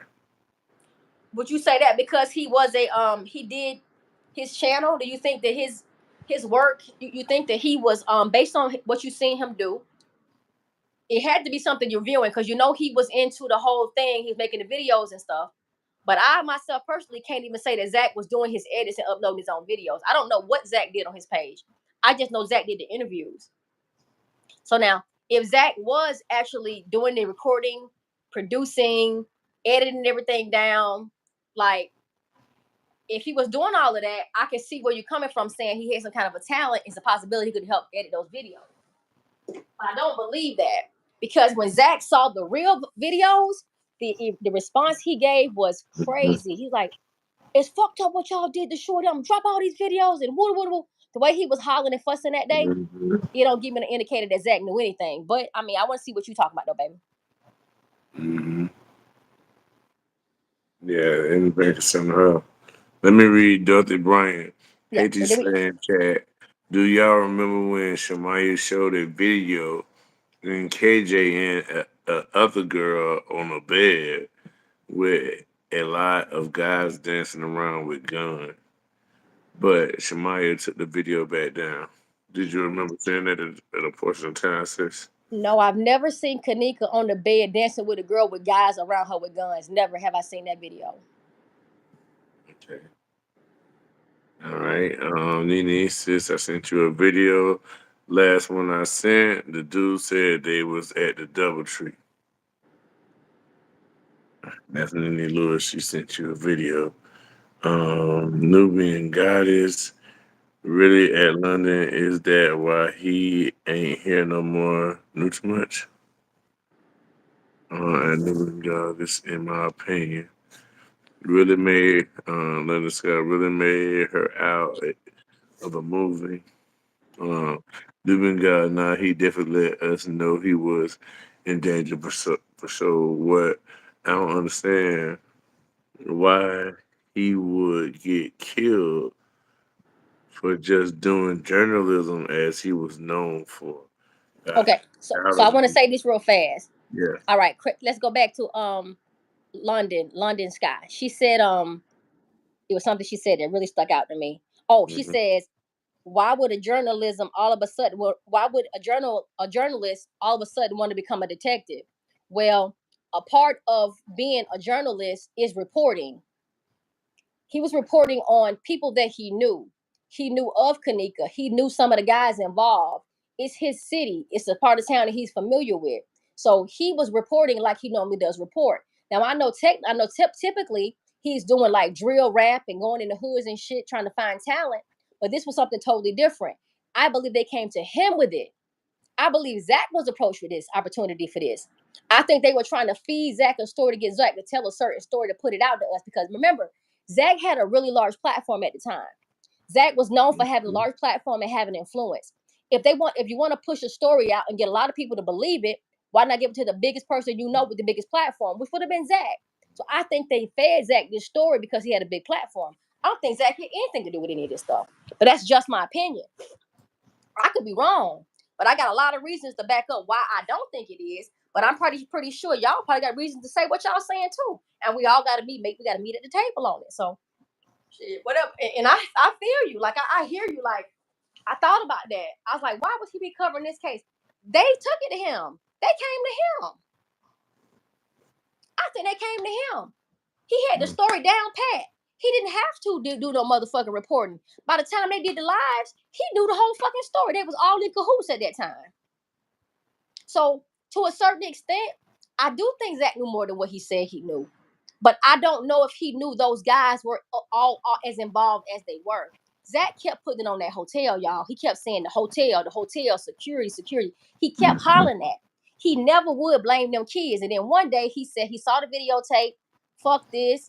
On my daughter, I'm getting ready to drop this shit. I'm dropping every live I got.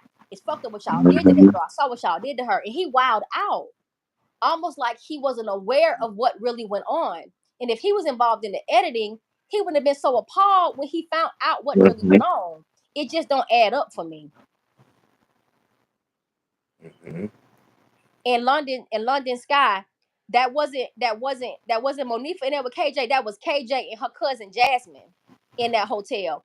And I seen that restaurant video of Kenneka and her cousin Jasmine and some dude like with a beard, like he had locks too. I saw that, but I couldn't see the dude well enough to say who that was.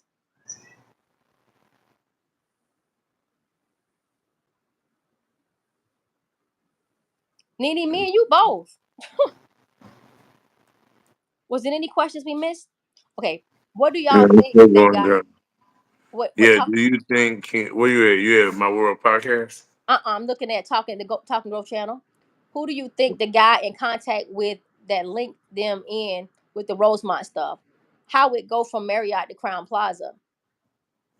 Oh, I think that when they took Kenneka out to the Marriott and was gonna go back to get her to say she was left out there, somebody attacked her at the Marriott. I think something happened to Kenneka, and one of them boys from that party scooped her ass up and sent her to the place in Solar. And I don't think Teresa was in on that part. I don't think Teresa knew that part. That's me personally. I don't think so. But you just have to understand the connection with the gangs, the housekeeper dude, and potentially the security, because the housekeeper dude would have known the security. And y'all know what? I keep forgetting about this too. It's a dude named Travis Burke. He is the alderman's son. He's actually a police officer for Rosemont during that time, and also friends with some of the party goers. That's another little possible link between what had happened as well. Y'all, they selling body parts, y'all. It just is what it is. These people they taking body parts. Can't nobody stop them. When you die and you get shipped off to these fucking people, we just simply don't know what's going on with our bodies after we get from our love. We just don't know what's going on with them, and they find a way to make money off our asses. That's what's going on. That's just the bottom line. It ain't far-fetched. It's real. It's happening.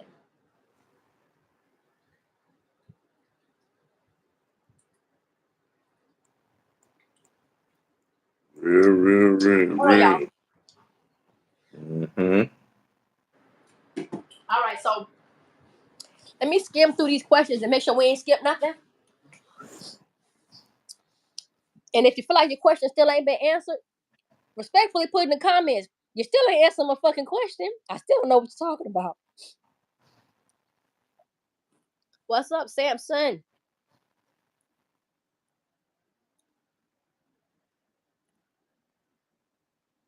And Nene, I don't think so either. Okay, so Talking Growth said that about the how did it go from the Marriott to Crown Plaza?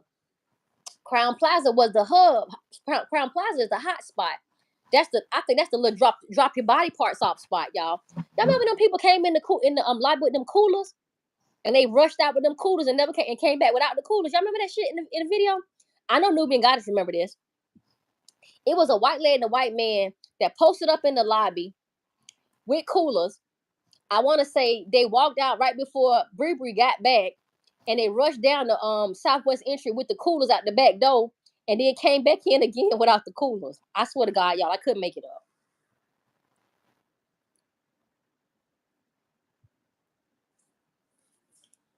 Yeah, and also like Nubian Goddess is saying, you know how they kept on saying that nobody had ever been to the hotel before?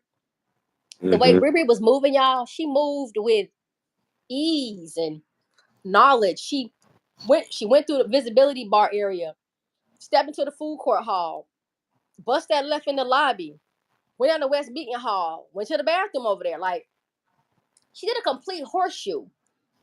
If check this out, y'all.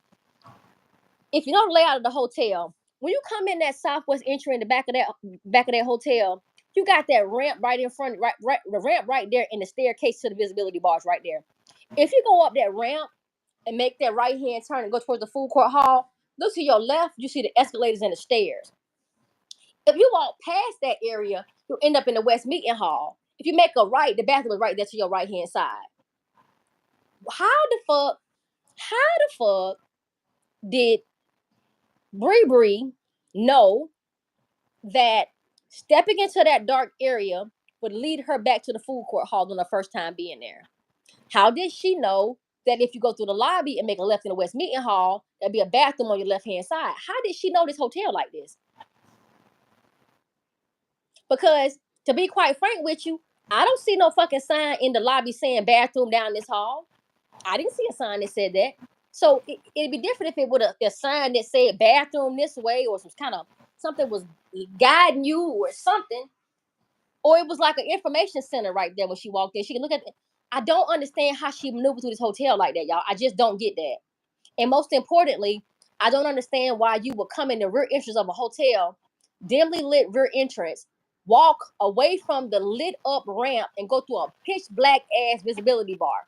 Just walking through there like ain't shit. It's all dark, closed off. How you even know it's gonna go back to the food court hall? How she even know that? That don't strike y'all as odd. She walked through there like that. That sound like they was told to do that. Right. Okay, like Chocolate Grove said, so you think the guys took Kenneka and sold her to Marriott? No. I think that after those guys violated her on the west side, she was taken to the Marriott to be dropped off to make it look like it happened at the Marriott. Then something happened at the Marriott, and then they moved her. And at that time, Teresa and everybody didn't know where Kenneka was. Nobody knew where she was. They was all legitimately looking for her at that time. So the move from the Marriott to the Crown Plaza was the mystery move. But I don't think she Mm-hmm. ever made it to Crown Plaza at all. I think she ended up Mm-hmm. at that crematory after her parts Mm-hmm. got taken from her.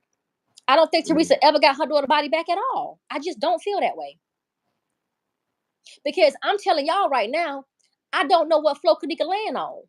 That floor we Mm-hmm. seen her land on is not in that freezer. That whole freezer is fake as fuck. I'ma show y'all. I'ma show y'all how that freezer is fake as fuck. I do not know where she's lying at.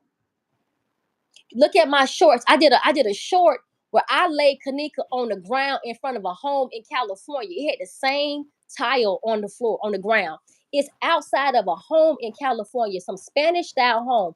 I took Kenneka body and laid her body in the driveway of a house. And if you didn't know no better, you think she was in the freezer, but she was not. It is on the channel. We don't know where that baby was laying. And we know it wasn't in that freezer because the photos are Photoshop. The dude shows you before Rosemont took it down. He went on there and showed you what they did before they were able to take that shit down. This ain't nothing Slay saying. This is something somebody said 6 years ago. It had nothing to do with me. I didn't even know what I was looking at. Mm-hmm. No. What we do know is the boys at the Marriott said that they lifted her soul when they choked her. They did say that. We got the video saying that. But Mm-hmm. as of what Hey, really happened to the Marriott, no, I don't have. I have to. We have to build that story up because we know they at the Marriott. We know Kenneth hey, talked about the Marriott. Mm-hmm. see, check this out. When Mm-hmm. though I'm he listening. talked, he talked so much, right? Mm-hmm. We lifted her so choked her, right? We don't see this on footage, so this could be why she's gone. Yeah, we just don't know. Did this happen in the first abduction or the second one? And I'm thinking it's the second one. When she ended up coming up missing? No, no, no. I mean, she came up missing twice, right? Yeah. So what I'm saying, the first time she went up missing, which to me was an abduction. Abduction, you know what I Yeah, mean? taken from out west, right? Yeah, and then she got abducted again when they dropped her body off at the hotel of Bree. They took that baby. Yeah, they took that baby. She Got off disappeared. at the hotel. Then she was panicking about Kenneka gone. The same way, the same thing she said right there. The same thing Monifa said. That's so crazy because Kenneka gone. Now Bree texting Kenneka gone. Kenneka Yep. missing. Baby sound. We can't find her. And Yeah, type shit. Nubian just said something about Kenneth Hart reacted to a chat on live on the 7th. I would like to see that live on the 7th that he reacted to, and what was he reacting to? Kenneka was still okay on the 7th. For a fact, she was. So I want to see that video. So if you got that video, please, baby, shoot it to me so we can present it to the team. We can look at it together. Mm-hmm. Because I'm gonna tell y'all a lot of what happened. There's a lot of misconception about the 6 because of what Teresa said in the 911 call about the ticket. But I got down to the bottom of the ticket. And I believe in Nubian, it might have been you who sent me the screenshot of Smacks or either Sticks saying he thought some funny shit was going on because they gave him an old ticket with an old date on it. So I'm gonna explain this, and I hope this will be a good enough explanation for everybody about the discrepancy with the 6 and all this stuff about the 6. At hotels, if you've ever been to an event at a hotel, let's just say like a conference, a meeting with a business meeting or something like that. Y'all hear me out because it's happened to me a lot of times. If you go there with a group of people, like a business meeting, corporate meeting, or whatever the case may be, and we go to the Marriott, or whatever, you have to park to pay. You have to pay to park at the Marriott. They don't know who you are, but if you've reserved a conference room and you're ordering food for 50 employees that are going to be at this conference, and you're going to be there all day, the people facilitating the meeting will let the people at the hotel know, I have 50 people coming in. They're not paying for parking. We're paying for parking. We're paying for everything for them. So when they come in, they're going to bring you the ticket and tell you that they're with the whatever business party meeting y'all with. And when they tell you that, the hotel will stamp and validate the ticket. They will put some kind of marker on their parking ticket. So when they leave the facility later on that evening, they can show it to the parking attendant and leave out without paying because they're charging it to the party that's throwing the event at their conference room. Y'all following me so far? Mm-hmm. Okay. All right. So this is what took place. The people that were driving the vehicles took their tickets and handed them to the front desk clerk. The front desk clerk did not stamp their ticket. He took their tickets and handed them new tickets. And everybody's ticket was dated for September the 6th. This is what we're seeing on the video. That's the reason why the ticket that Teresa had and the one that Smacks had was like a minute apart. So ultimately, somebody went to the parking ticket booth, pop them tickets, popped them on the 6, put a street mark through them, validated them, and start passing to the people as they were leaving out the hotel. This is what took place in the video, y'all. So for people to try to say Kenneka was there on the 6th based on that parking ticket, that's not true. They were giving they were passing, they gave them people them tickets. What's the child's name? Bree got a ticket. Everybody who was driving the car got a ticket, and all tickets said September. That's how they got it, and she left the ticket in Teresa's fucking car. And Teresa was looking for her daughter, for real, looking for her daughter. She did not know what happened. Kenneka was at the Marriott and they moved her. Teresa was genuinely looking for her daughter when she called down there and said, I cannot find my daughter. That part was true. Kenneka was taken from the Marriott as well. So everything Teresa said wasn't no fucking lie. She wasn't lying about everything, but she knew Kenneka was being moved to the Marriott. She had to know. Because she said to Bree, it wasn't for Bree, I wouldn't even know what my daughter was. she was not referring to the call Bree made that night, saying they could not find Kenneka. Bree and Teresa had already talked, y'all. They already talked. Bree is one of the most guilty motherfuckers out of everybody there, including Monifa, in my opinion. Because Monifa is just a dirty little old bitch that left her friend and didn't care about what happened to her friend. And is likely the one that drugged Kenneka. Very likely the one that drugged Kenneka. But Monifa didn't have a motherfucking thing to do with that girl dying. She did not. Neither did Irene.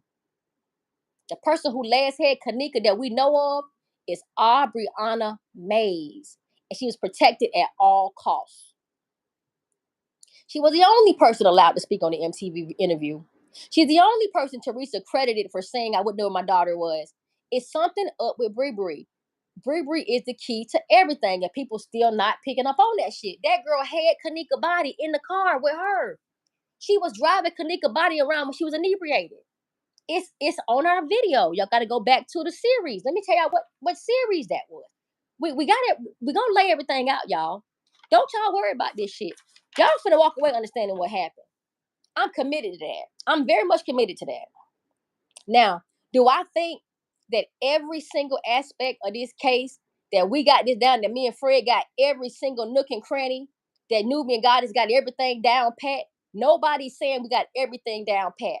If everything was down pat, I wouldn't even be talking to y'all right now, because I would have to be at peace with myself about what I think happened. What I do not like is the fact that they blame her for her own death. That's the part that pisses me off about everything the most, because at the end of the day, if the hotel didn't do nothing, the friends didn't do nothing, Kenneka walked in the freezer on her own, you blaming her for her death. And that's fucked up to me. That's the nasty shit you could do. But Teresa had to say it was her daughter. If she didn't say it was her daughter, how was she going to get paid, y'all? She had to lie. She had to say it was her daughter. The hotel didn't care what it was. They knew they was running bodies through that damn hotel. They knew they was wrong about what was going on in that hotel. They fought that lady for a long time. But she ended up winning. Why did she win if that wasn't her daughter, y'all? Teresa had something on that hotel, or somebody connected to Teresa knew something about that hotel. And some kind of reason, y'all, it's going back to that little motherfucker, Lil Meek Avenue. I'm sorry. Lil Meek got something to do with this shit. I'm sorry. Thank you, Nubian Goddess. Thank you, baby. For real. And again, sis, I ain't even sitting up here saying that everything is down pat. It ain't down pat. It makes more sense though. And when we give y'all these stories, we ain't just giving you the story. We're actually using references to pad up and fill it up. We ain't just randomly throwing out shit like, oh, Kenneka went down to 6. No, I'm telling you, watch the fucking videos. They're giving the man the ticket. They keep giving him another ticket. That's what they doing. He passing out parking tickets. In the end, when everybody leaving, he passing out parking tickets. That's what he doing. People running in circles about what day that girl was there. How about she never was? Figure that out. Run yourself in the ground about this little girl and she never was at this fucking hotel. And take your pick of whatever you care to believe about why they did all this and why did they do all of this. I'm telling you, money make this bitch go round. And let's just say Rosemont, them spinning the globe. These bitches is spinning shit. They got their own rules, their own shit. We got Masons involved. We got Justice involved. We ain't even got on that shit yet. I don't even want to talk Mason and Jester right now. Why? We can't even get the part about the little girl not being there. What am I telling y'all about the Masons and the fucking Justice? And we can't get Kenneka, we can't get her the right spot. We can't even get her to the right hotel. What the fuck the Masons got to do with anything? We can't get the girl in the right hotel. How are we gonna bring the Masons and Justice in on this? How? Can't never get to them. We can't get past the thugs at the goddamn party.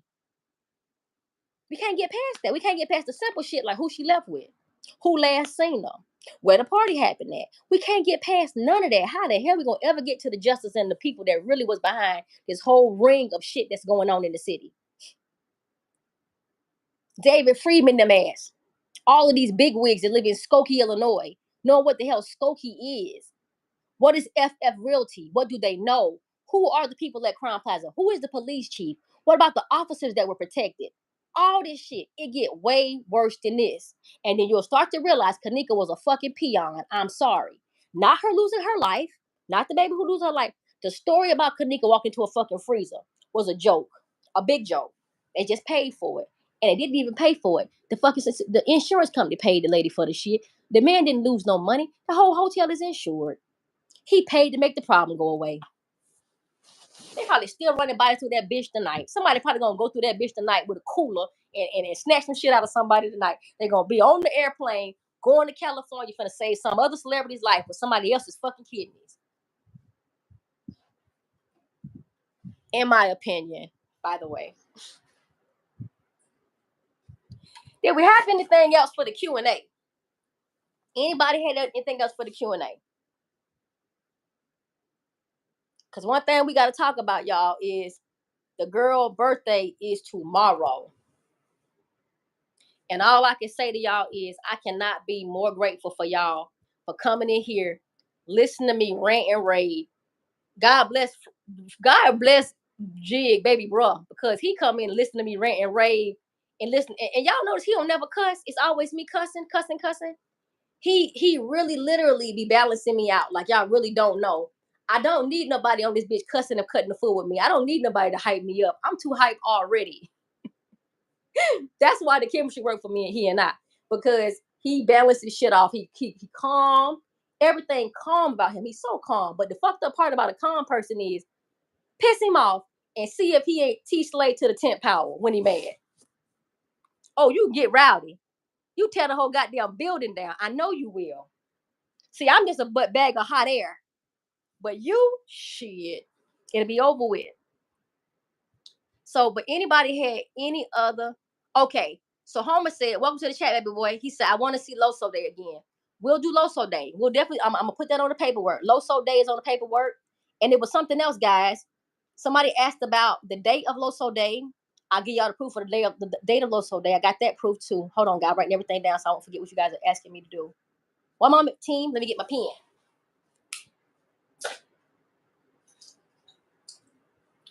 I want to brag to y'all. I want y'all to know we started this page less than 6 months ago. And currently, right now, T Slay and us guys over here got 17,000 views. And I just started posting content, videos. 17,000 views in less than 6 months. Now, over on TikTok, y'all already seen that it was 650,000 views over the last 20 days on TikTok. So it's two different beasts, two different types of people. TikTok is quite honestly too big for me. It moves entirely too fast.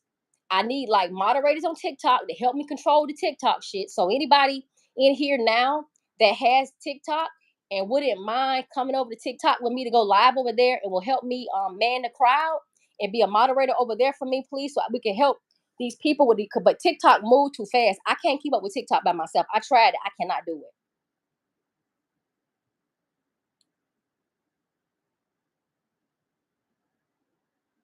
There you go, baby. I like it. I go for that. I like that. May 3rd, 2016. I'm gonna go back and I'm gonna look at Quetta hair because Quetta got her hair done right before the party. Oh, thank you, Homer. Look what he said. He said, "Happy Heavenly Cake Day, shawty." Oh, I heard that. Man, that's big, y'all. Don't make me damn cry up in here now. Y'all don't do that shit to me tonight. She be 26.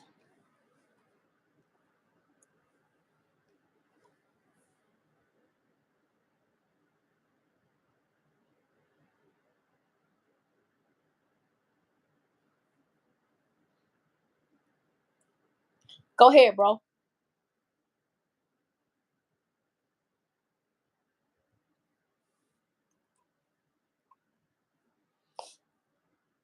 Your mic down, bro. Can't hear you.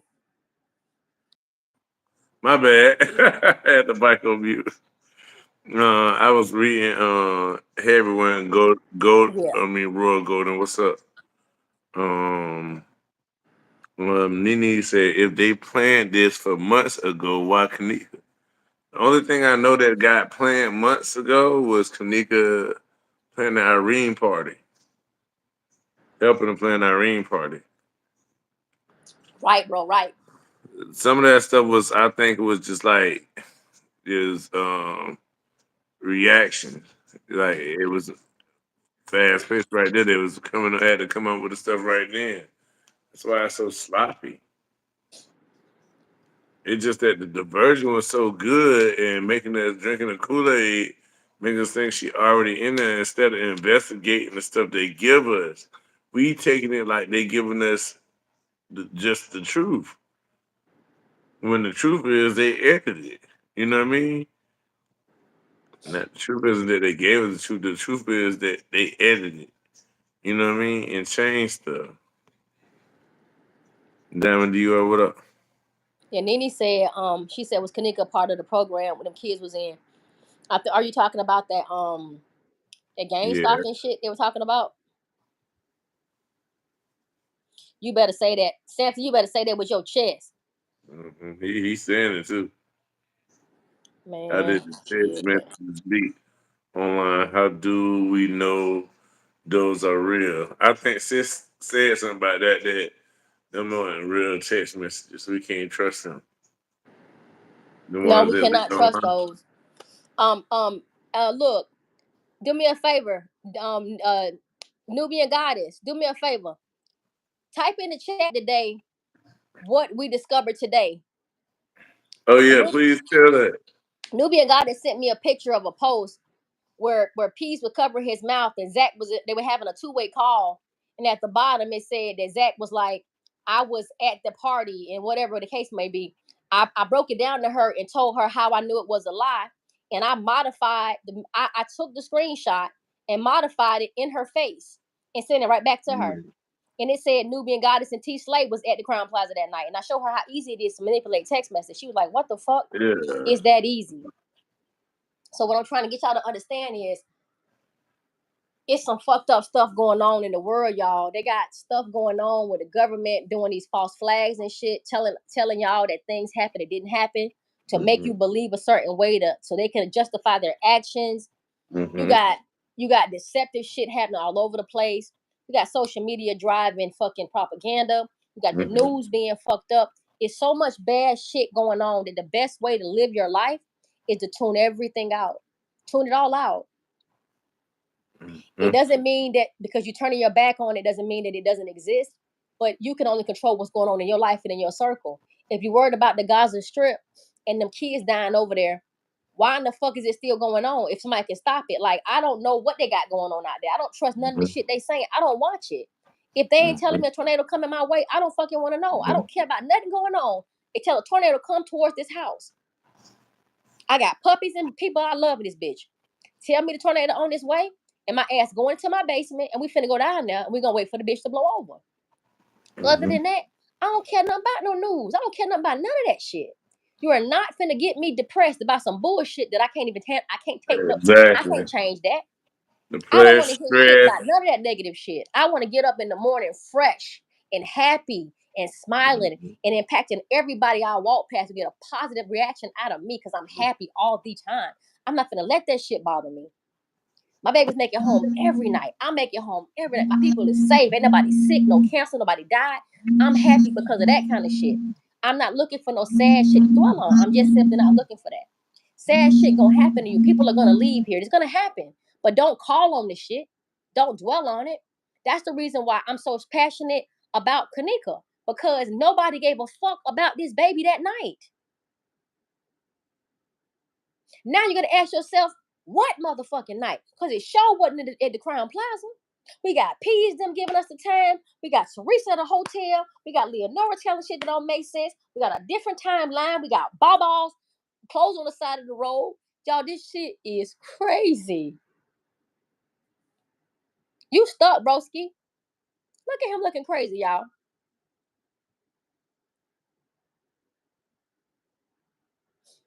Samson, you already know you've been bringing it, man. And I'm picking up on your spirit. I need something from y'all, though. Y'all rich holders think y'all just gonna hold it riches for nothing. I need something from y'all. I need help. I need some help. I need somebody to come up to TikTok with me and help me with TikTok. It's out of control. It's TikTok is out of control. It's people over there giving me all kind of information on Kenneka, and I cannot chase it down because it's overwhelming for me. I'm getting too much. It's too much going on TikTok. I can't handle it. There's no way I can handle no 5,000 comments on no video. There is no way. Then on top of that, y'all, it ain't just 5,000 comments. It's 5,000 regular comments posted to me and about 15, 20, 30 spinoff comments for somebody else. So we got potentially 10,000 comments in the one video. That shit sounds stupid, don't it? Go to the page and look at it. Go over there and look at it yourself. You go through the fucking comments and extract all that shit about that girl. People trying to tell me stuff that's going on with her, trying to send me information to my inbox. I'm overwhelmed. TikTok is too much.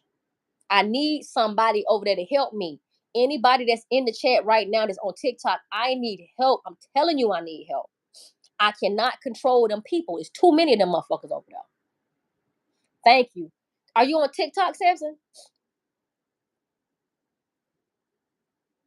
We're gonna go live on TikTok.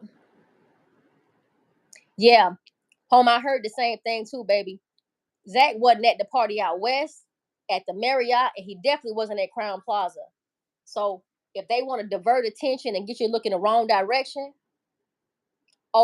Fred froze my world podcast. If he falls off, I'm gonna. If you want to come up, well, shit, I'm gonna have to. There you go. There you go. Mm-hmm. All right, so this is what we're gonna do, y'all.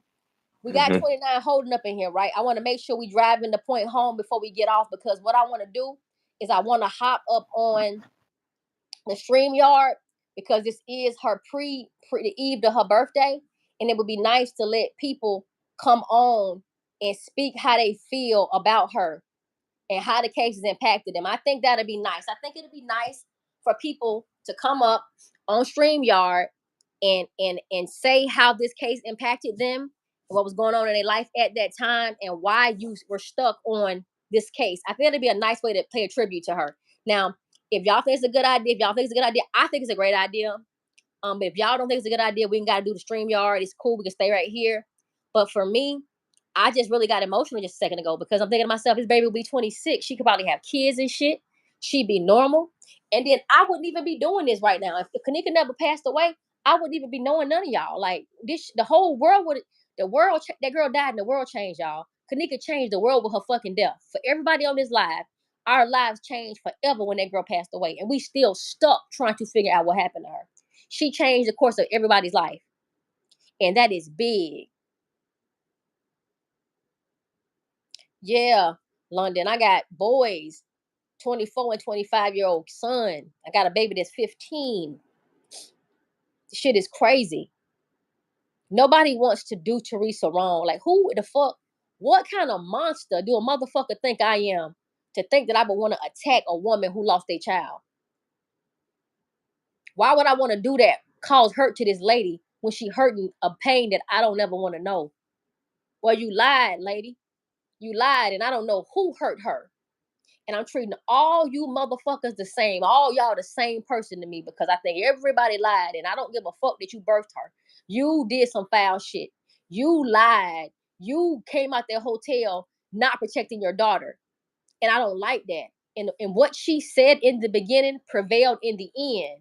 Nobody set her up or nothing. No friends to do shit to her. She was left at the party and she walked into that freezer, and she dead.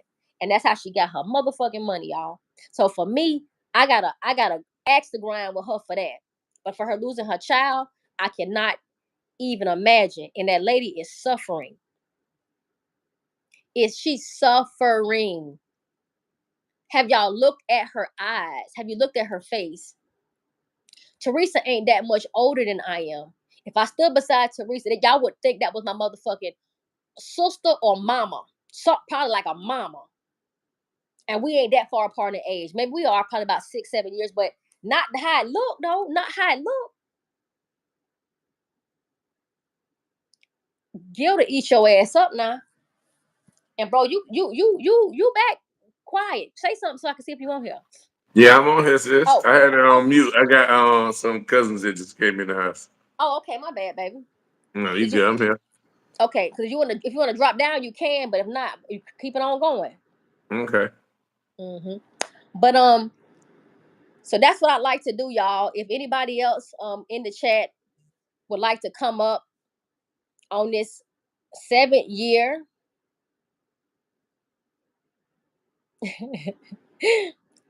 Oh man, home, I'm so sorry. Damn, home, I'm so sorry, baby. Hey, I don't even know what to say to you other Yeah, than my condolences home. oh shit. I can't say nothing to you at this point. Like condolences, everything is inadequate for a loss like that. Everything. And gosh, I don't know what to say. Home, my bad. I'm sorry, baby, that you lost your son. I'm so sorry you lost your son. I hope that you're healing. I hope that your faith has carried you. I hope it's been a long time ago. I hope it wasn't nothing bad that happened to your baby. Like, I just hope a whole bunch. God, and yes, cold Pepsi. See, a lot of us lost people. Y'all see what I'm saying? This is something that we've experienced on different levels, guys. We've experienced. Now listen, this gonna sound kind of weird, but I lost my dad, and I know my daddy was older than me, and people probably thinking daddy the daughter. No, it don't matter. A loss is a loss. A profound loss is a profound loss, and it affects you in a bad way. So imagine a tragic death. It's one way to go because you sick. It's another way to go because somebody violently yanked you out of this motherfucker. That's wrong. Ain't nothing right about somebody snatching you up out this bitch. It ain't nothing right about that. And for them kind of people, I don't have no compassion for these people. I'm sorry, I just don't. I'm an eye for an eye type person. I meet you with what you want to come with. We're gonna match energy around this bitch. Y'all want to do it, we could do this.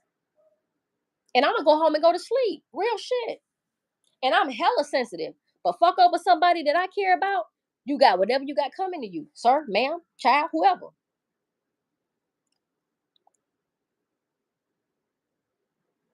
I'm trying to tell you, Talking Grove.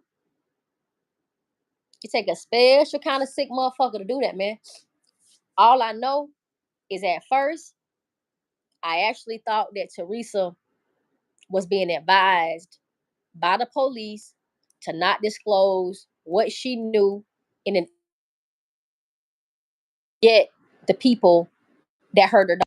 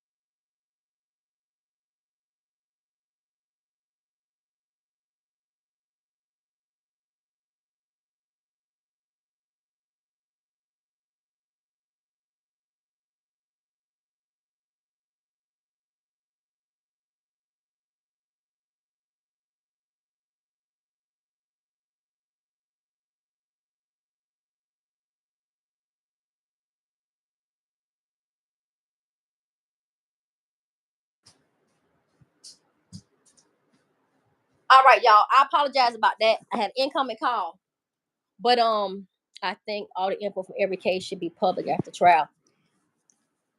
You know, in a way, it is somewhat public.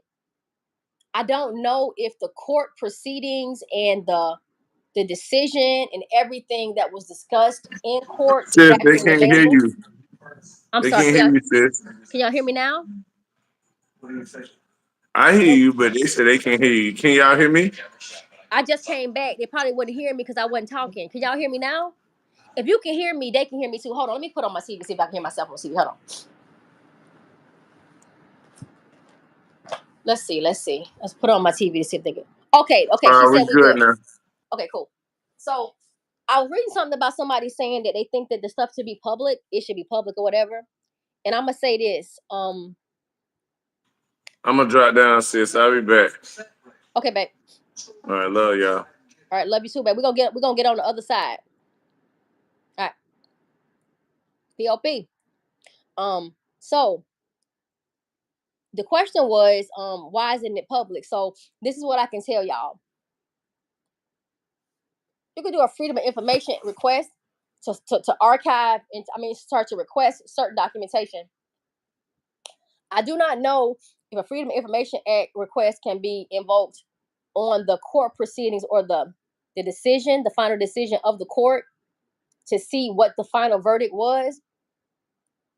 I don't know if that's a part of it. I don't have the answer for that. So what I can do is I can look into it and I can see if that's possible. Because I know that whatever it was, Teresa asked the courts to seal the this is what I read, y'all. They said that she told the court, asked the judge to seal the records and not disclose what she was awarded. Of course, she didn't get her request. They ended up telling people what she got. But as for the proceedings and finding out how they went through court or whatever, because remember, they didn't go through court. This wasn't court. This was a lawsuit, a civil lawsuit, chancery lawsuit. It was about money. It was never to talk about what went wrong that night.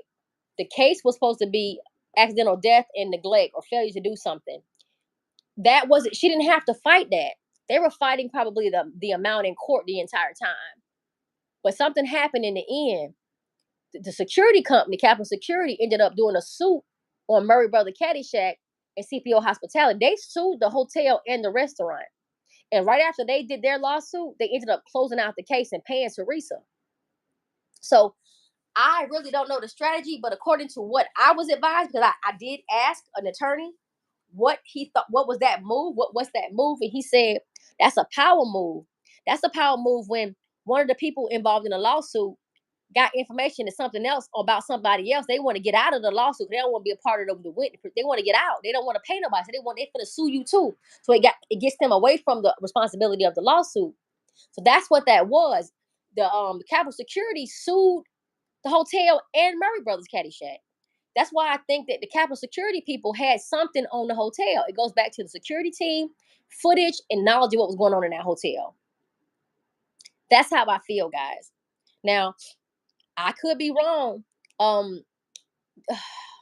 Nubian Goddess, come on back up here, baby. Fred, drop down. Because I don't even know how to send it. Do you? Hold on. What's the guy's name? Hold on, y'all. I'm trying to find the name. My World Podcast. I gotta send it to you on TikTok. And I'm gonna fuck around and disconnect somebody. Y'all, hold on 1 second. Let me see if I can find something. Hopefully, I don't lose y'all. Hold on.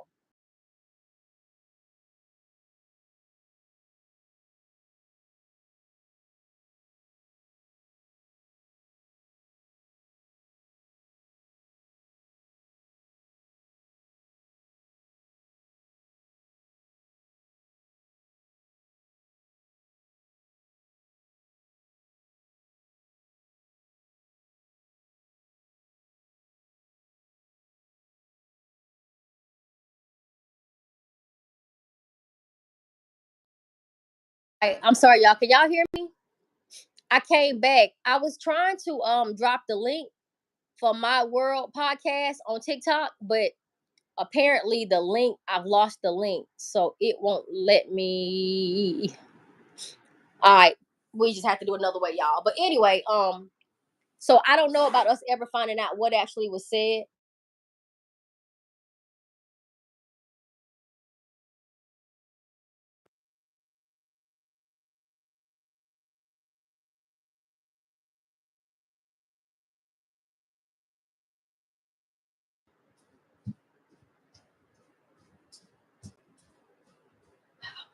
Oh, hold on, y'all.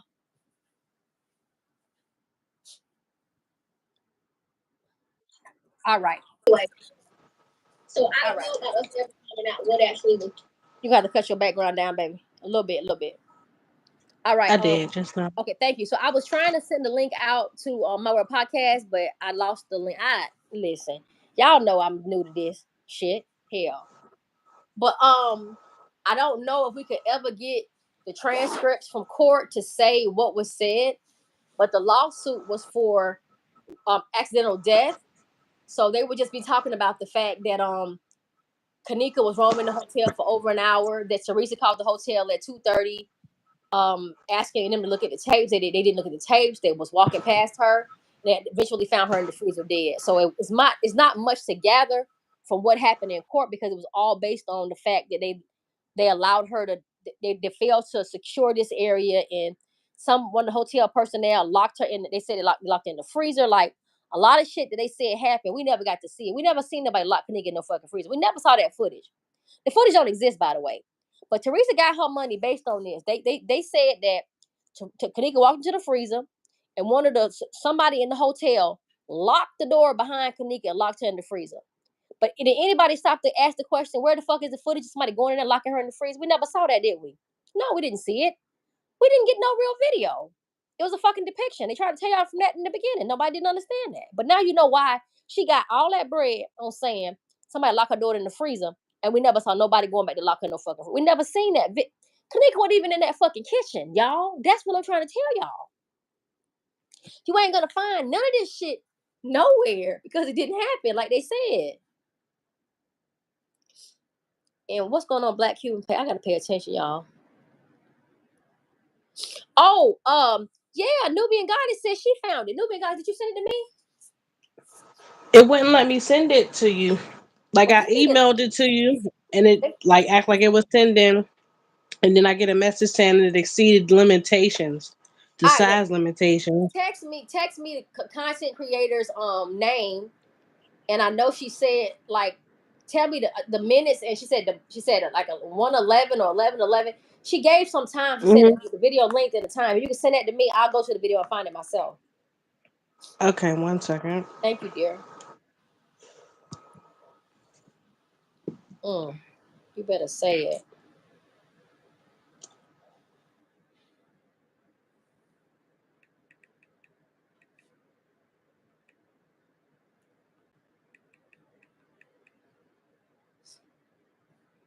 Yep. So I would like to know. I would like to know what was said, but we do realize that no matter what was said, it was all around the fact that it was a negligence case, and that they were saying that Kenneka was locked in the freezer after roaming back there on her own, and people saw her roam back there. They locked her in there. They admitted to locking her in there. Like people need to remember that was a part of the lawsuit. They said that someone locked her back in there.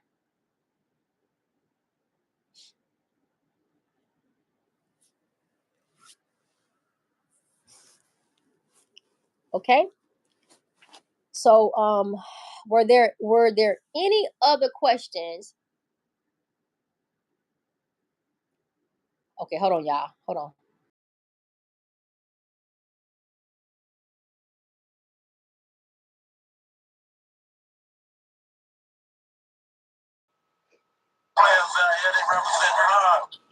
So I'm gonna look at that video. So I gotta pull it up on my iPad. Cold Pepsi, one moment, baby. What she said it was black something. I'm gonna pull it up. I want to make sure it's the right video though. Is it about Losa Day? Cold Pepsi?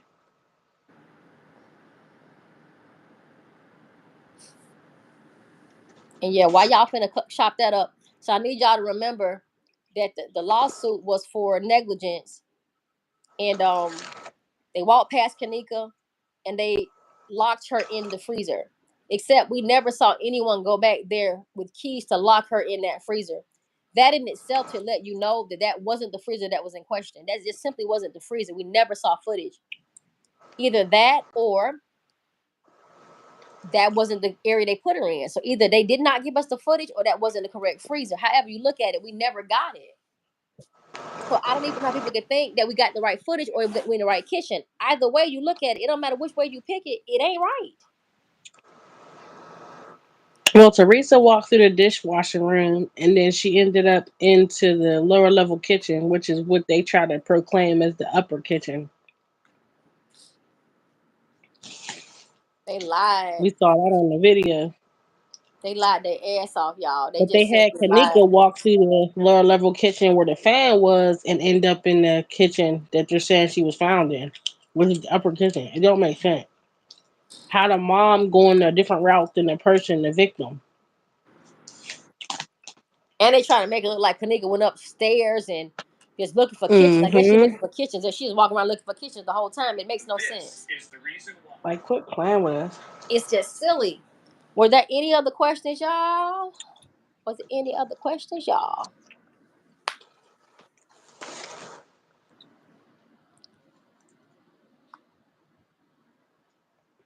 Is there any questions that I didn't answer adequately? I'm gonna go back. I'm gonna read these questions, and I'm gonna see if I can if any of the questions I feel like I didn't answer, I'll come back with some answers next time. When we come back, we're gonna be doing part 6. And part 6 is Irene's and Zach's interview.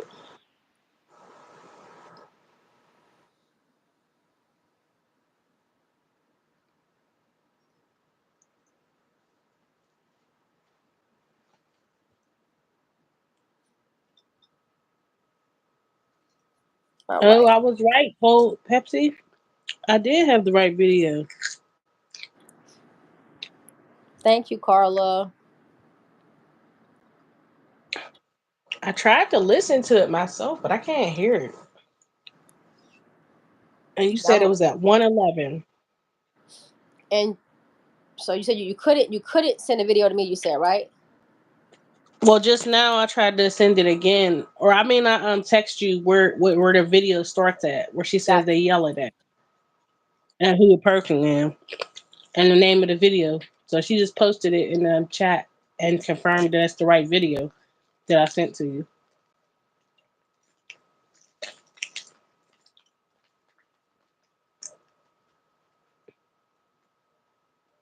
Oh, you're saying it's in the chat.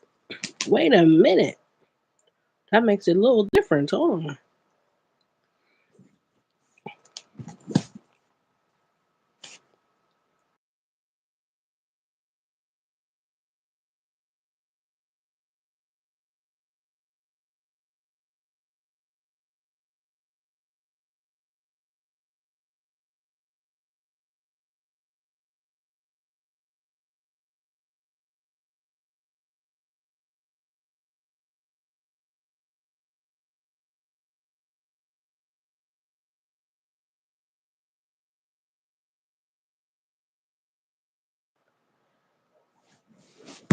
It's hella blurry for some reason.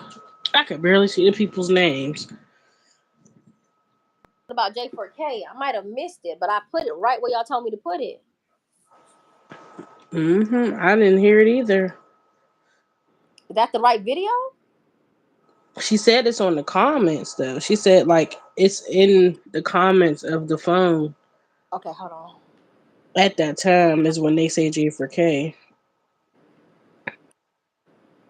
Oh, they sent it in the comments J4K. Mm-hmm. And Mm-hmm. this is during the time where the video was supposed to have been up. Yeah.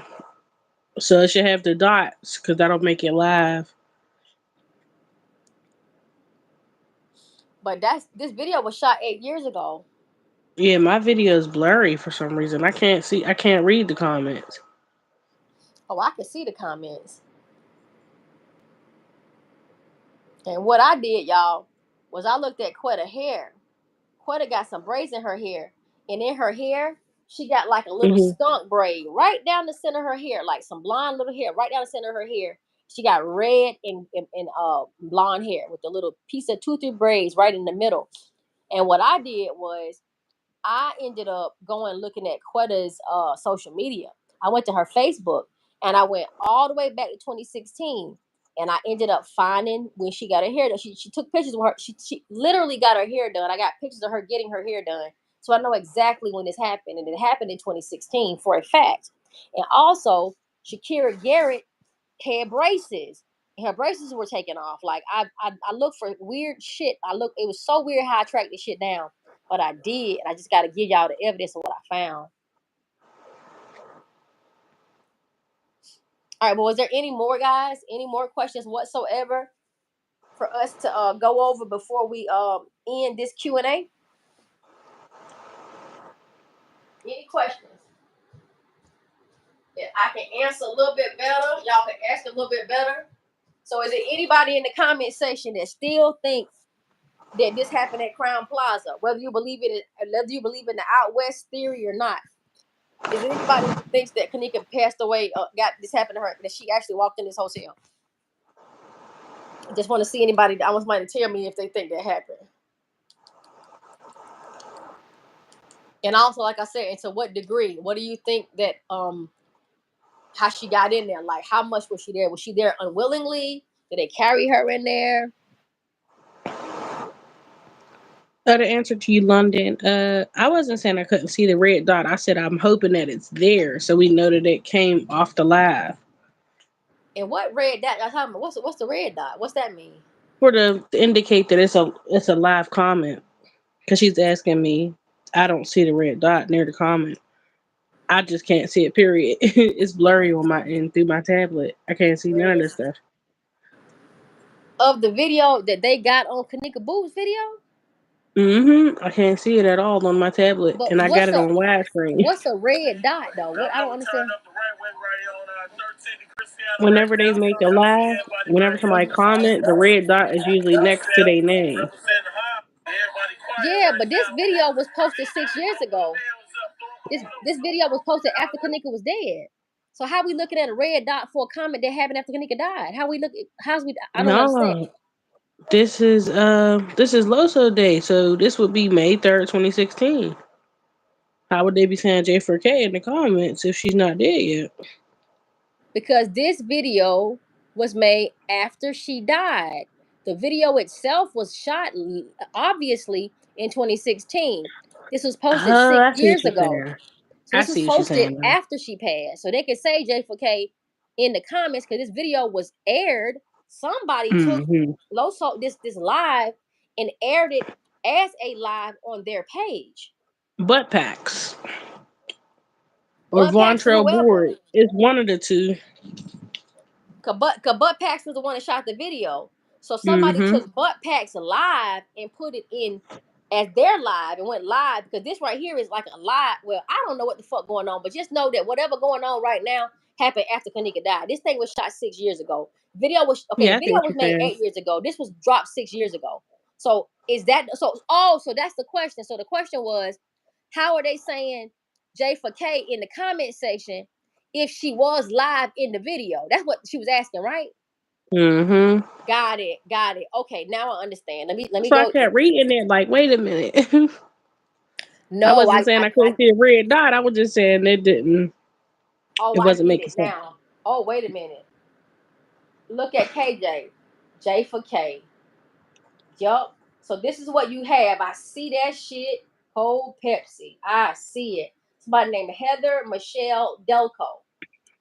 At 1 minute and 10 seconds into this live, they put it on there. Like, if like do this. Look, I done caught it.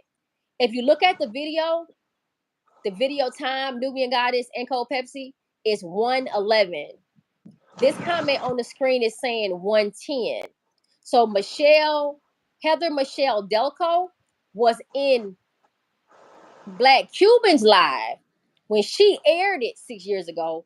And that's what she said, oh, look at KJ, J4K. So this comment was posted after Kenneka had passed away. And it was in the person Black Cubans live. She aired this as a live on her channel, and someone in her comment section said J4K. That's what happened. Now I'm gonna show you how I know that's the truth. Hold on. 1 second.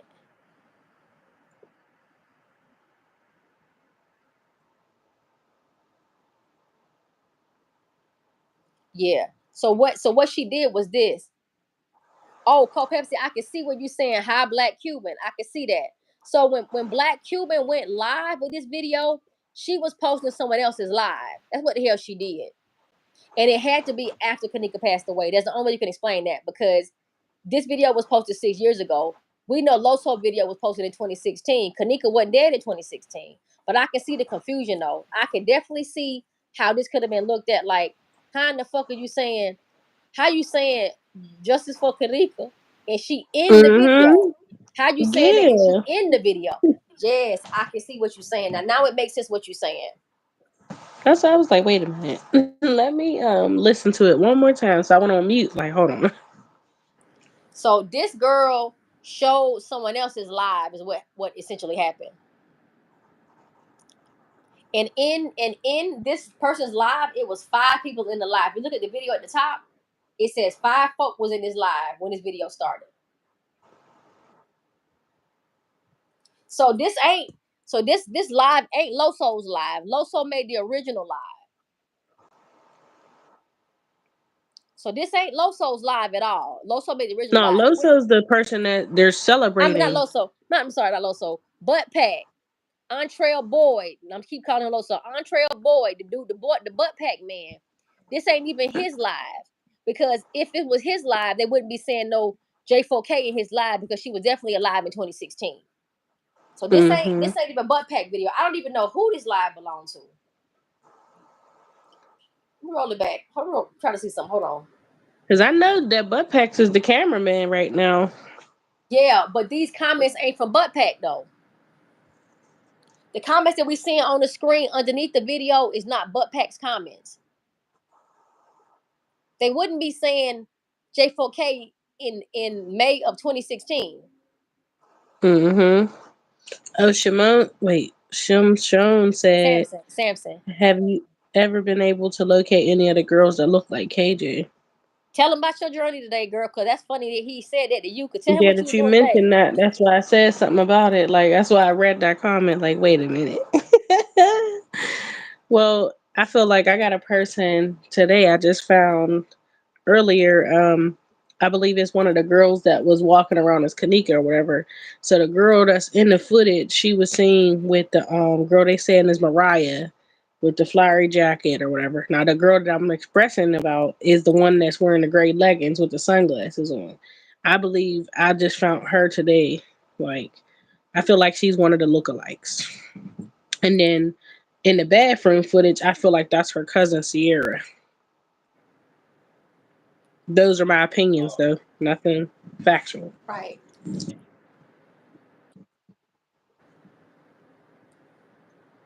So yeah. So to wrap up the question on this video, once the live is aired, can't nobody go into the live and make a comment. So what we're looking at, y'all, is somebody ran Butt Pack's video as a live after she passed away. And the people in the comments are talking about Kenneka after she died. So if you look at this video and read the comments, you'll be able to see that Kenneka was already dead when this was aired. So whoever aired this video on their live, whoever went live, this ain't Butt Pack video, by the way, y'all. This is somebody else's comments. Whoever did this video would have done this after Kenneka passed away, and they're making comments on his or her video that they posted as a live. And I'm gonna watch the whole thing to make sure I'm Yeah, right about it. London just cleared that up. She said, let you know the comment wasn't a live comment because I was mentioning the red dot. That's how I know that it wasn't. If it don't have that, then it wasn't a live comment. Oh, okay. So I didn't know about a red dot. I just know But, what I'm saying. I know what I'm right about what I'm seeing. So I'm glad hmm y'all know about the red dot. I Or don't the know about the bubbles. red You know dot. how like it be streaming from the bottom? Like that's how you be knowing too. Yeah, but also even in the comment section, like if this live word was the live, you wouldn't see the comments in white. They'd be at the bottom of the screen in black. It would be just a full screen Hmm of what you're looking at and just the comments down there. So we know we're looking at somebody else's live and previous comments that were made. That's how you know it ain't no original.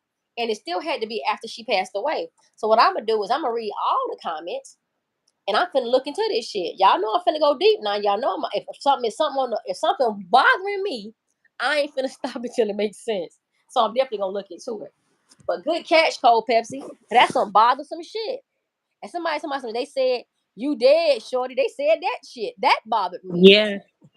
hmm Now look, damn the damn J4K. What about the motherfucker talking about some? You dead, shorty. That's worse than the J4K comment. So we really need to be looking into this live. But I can rest assured, y'all, this comment, this shit would have happened in May of 2016. That's a fact. That's a fact. And what I'm gonna do is I'm gonna go back.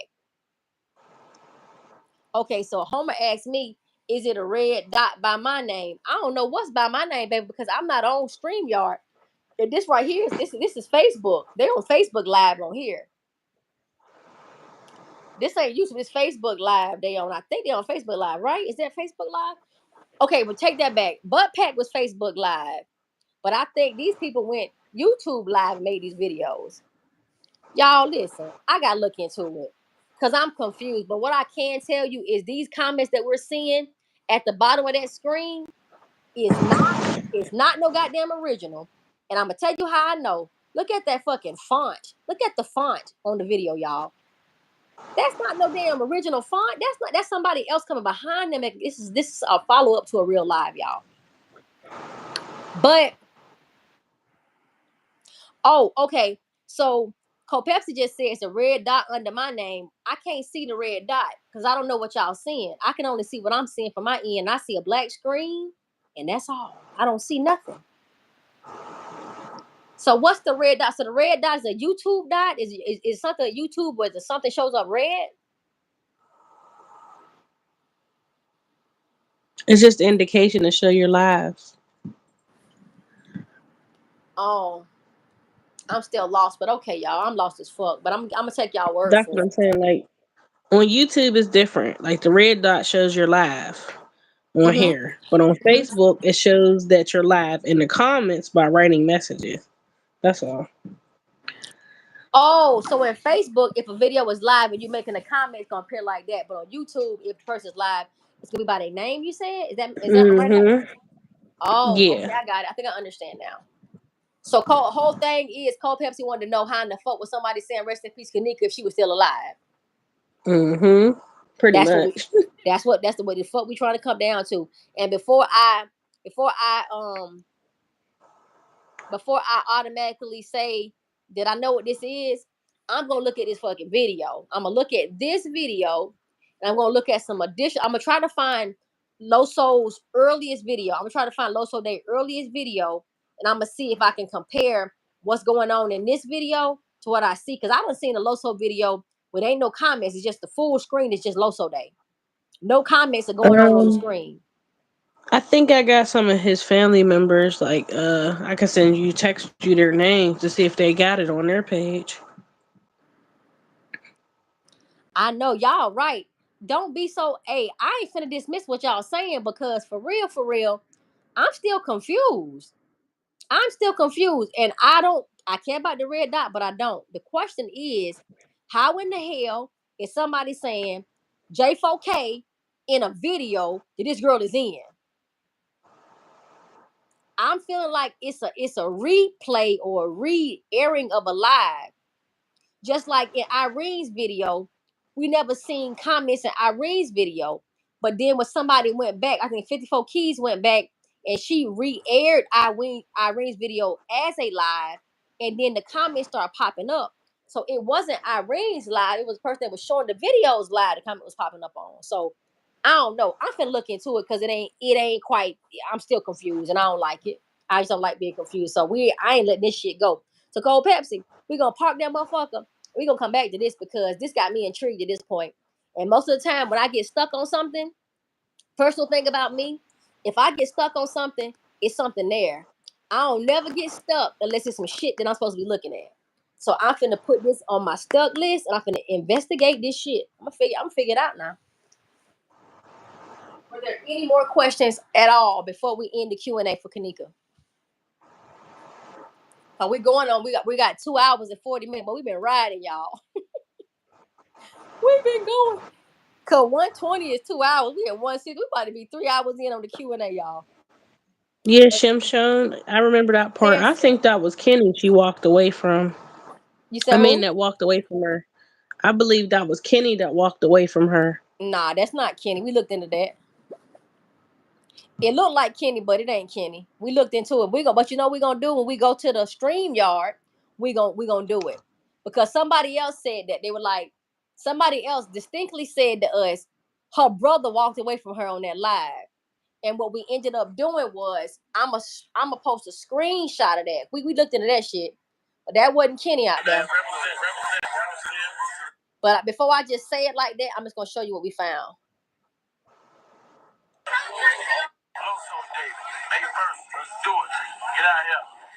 There you go. He got on the gray hoodie, right? Yeah. Yeah. Cool. Okay, I can find it. Like he's sitting on the stoop right now. Yeah. I'll go back and look I'm at trying to it. think of when he walked past him. It was Somebody else like, said the same damn thing. They were like, Kenny was out there and walked away from her. No, that wasn't Kenny. And I'm gonna pull it up. I ain't just saying it. We've been through this already. That's how I know it's not him. But I ain't gonna just dismiss it. I'm gonna post it on the community wall for y'all to see it.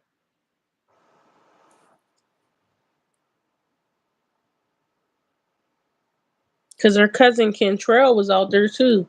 He's the one that had the dreadlocks Remember that the was dude. standing in front of Kenny. Remember that dude? Remember I told you that girl was inboxing me, and that was her brother. Remember I told you about that girl who was inboxing me, and you found her? Mhm.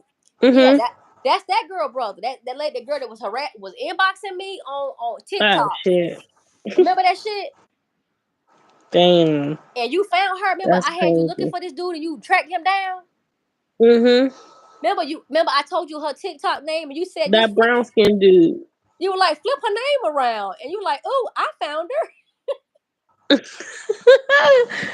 You like, wait a minute, her name right there. I'm like, yeah, just look at that. You like, well, Girl, damn, you catch everything. my dumb ass girl, I was so sucked in. That's TikTok, y'all. See, it's people on TikTok that's contacted me, that's connected to these people out here for real, y'all. But I can't get through the messages. I can't get through them. Listen, Nubian Goddess deciphered one of the messages for me about a person that was inboxing me, and she the sister to the boy that got killed, the boy that's out there in the block right now. That the girl contacted me about that, and she would hit me on TikTok, and that was her brother that died. And Nubian Goddess figured that out because I didn't know what the fuck. She looked into it and she figured it out. I had too much going on. I be having too much going on. Hold on, y'all. I gotta get them dogs some water. Shit. But anyway, y'all, we're about to wrap up this Q&A session, y'all. Were there any more questions we can go? Y'all know tomorrow her birthday. Well, my intention is to come back and do just like a let everybody hop on the panel that want to talk tonight about Kenneka because her birthday's tomorrow. But if anything happens and I do not get back on this bitch live, just know tomorrow we will be definitely going live on Kenneka for her birthday. But my intention is to go live tonight, though. I got to run down because I ain't got nobody here with me. My dogs are going crazy. I got to go in there and make sure they got water and stuff. And I'm trying to come back up here and set the stream yard up. If anything goes wrong, I will go definitely post on the community wall telling y'all I ain't coming back tomorrow, or look for notifications saying that we're back. That's all I can tell y'all. But I'm gonna go down here. These dogs they wilding out. They down there cutting the fucking food, and I don't know. It's a bully and a Frenchie in the bathroom together, and I just don't know what's going on right now. They be in there killing each other.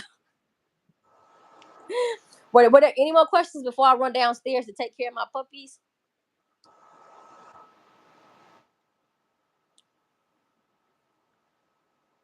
Any more? Anybody got anything else to say? Hey, I appreciate everybody. Like this was a good one. This is a good one. I like this Q&A. I'm not sure how much stuff we covered or what anybody got from it, but what I like to see more than anything is y'all the comments in the comment section, the engagement of everybody talking to each other. That's a big thing for me because it lets me know that the people in the comment section are paying attention and y'all are talking to one another, y'all greeting one another. It's so good to see that. It's so good to see y'all talking because I'm not catching everything, y'all. I'm in this bitch walking around, people knocking on my door. I be needing help. I'm telling y'all I be needing help. The only time I can really be good at just talking is if I'm not involved in none of this shit with these cameras and all this stuff. I could be in rare form if I'm not the person facilitating the live. I liked it way better when I didn't have to touch no controls, just run my goddamn mouth because it's different. Like the what I do, y'all, I put a lot of care into my thumbnails. Like when y'all see these thumbnails and shit, just know that I single-handedly created these thumbnails from scratch. Every single thing that y'all see on T Slade's channel was created by me. Every thumbnail, every video. I'm not using no applications to make nothing. I'm doing this shit from scratch. So a lot of it, it's a lot of love of this labor, love of labor. I'm doing this. I'm telling you, I care about this girl. I care about how this presented to y'all, and I'm trying very hard to get the truth out, y'all. And the fact that y'all came and listened to us tonight, listen to me tonight, it means everything to me. I cannot thank y'all enough. I can never say thank you enough. I really cannot.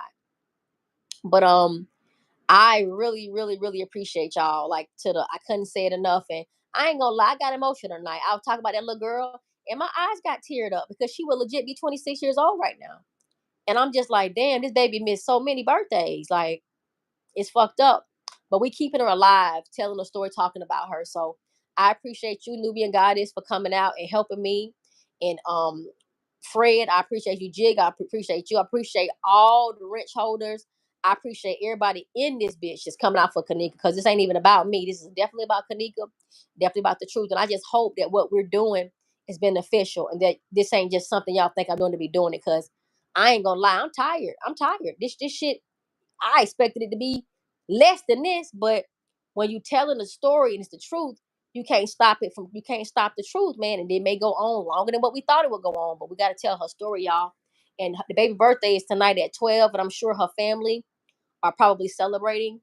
I don't think none of her family members had nothing to do with her dying. I'm gonna keep on telling y'all that, because I don't think they did. Something fucked up did definitely happen, and they definitely did hide some things, and that could have contributed to us not getting the truth on her. So for that, I do blame them. But I do appreciate everybody that came out, everyone that came out, and this gonna conclude our Q&A session on Kenneka pre-birthday. Again, my intention is to come right back and set StreamYard up. But if I do not come back, I will not leave y'all hanging. I will go on the community wall and say something to y'all. And then we're gonna proceed tomorrow on her birthday with her day, talking about reflecting on her and all of that. If you guys are able to join that, that'd be great. I'll put a thumbnail up for that if I don't come back tonight. But I'm not saying I ain't coming back, but I don't like telling y'all something and then not meeting the deadline. I hate to tell somebody something and not come back. So I'm telling you, that's my intention now. It's just 10. And people are off work tomorrow. I think tomorrow's a holiday or something. I don't have to work. So I think people are going to definitely be off tomorrow. Maybe y'all going to still be awake. I'm not sure. But if I do come back, I would love to see y'all come back. But if not, we'll be doing it tomorrow. But I will post tonight on the wall if I don't come back. All right. Did y'all have anything else before we leave? If y'all could do me a favor, please, and please flood the chat. We have birthday Kenneka for me, please, please, please. I just want to see y'all celebrate this girl's birthday. Please, can y'all put that in the chat for me, please, please?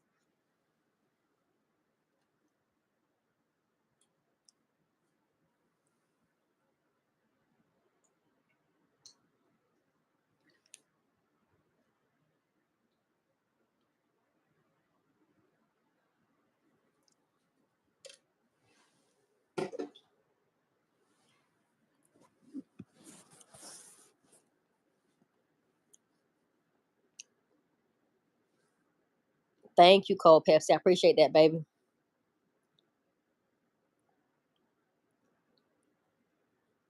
I love them white hearts too, girl. Y'all giving me something different to do. The white heart seems so pure. Thank you, Homer. Thank you so much. I'm finna steal y'all white hearts, y'all. It's white hearts for Kenneka from this point on. I ain't putting no red. I ain't putting no pink. I like that white. That white looks so innocent. But hey, y'all, thanks for sticking with me on this. Thank you for listening to T Slay. Y'all know I could talk y'all under the damn bed. I could do this all night. Y'all know how I do. Thank you, Samson. I appreciate y'all. Before y'all have my dumb ass in here crying, I'm gonna go ahead and end this live before I be in this bitch boo-hoo-hooing.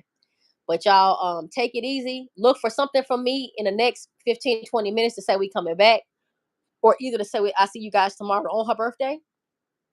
But y'all know how we do it. Thank y'all so much for coming out. And y'all know how I end it. POP. Hold it down. Happy birthday, Kenneka.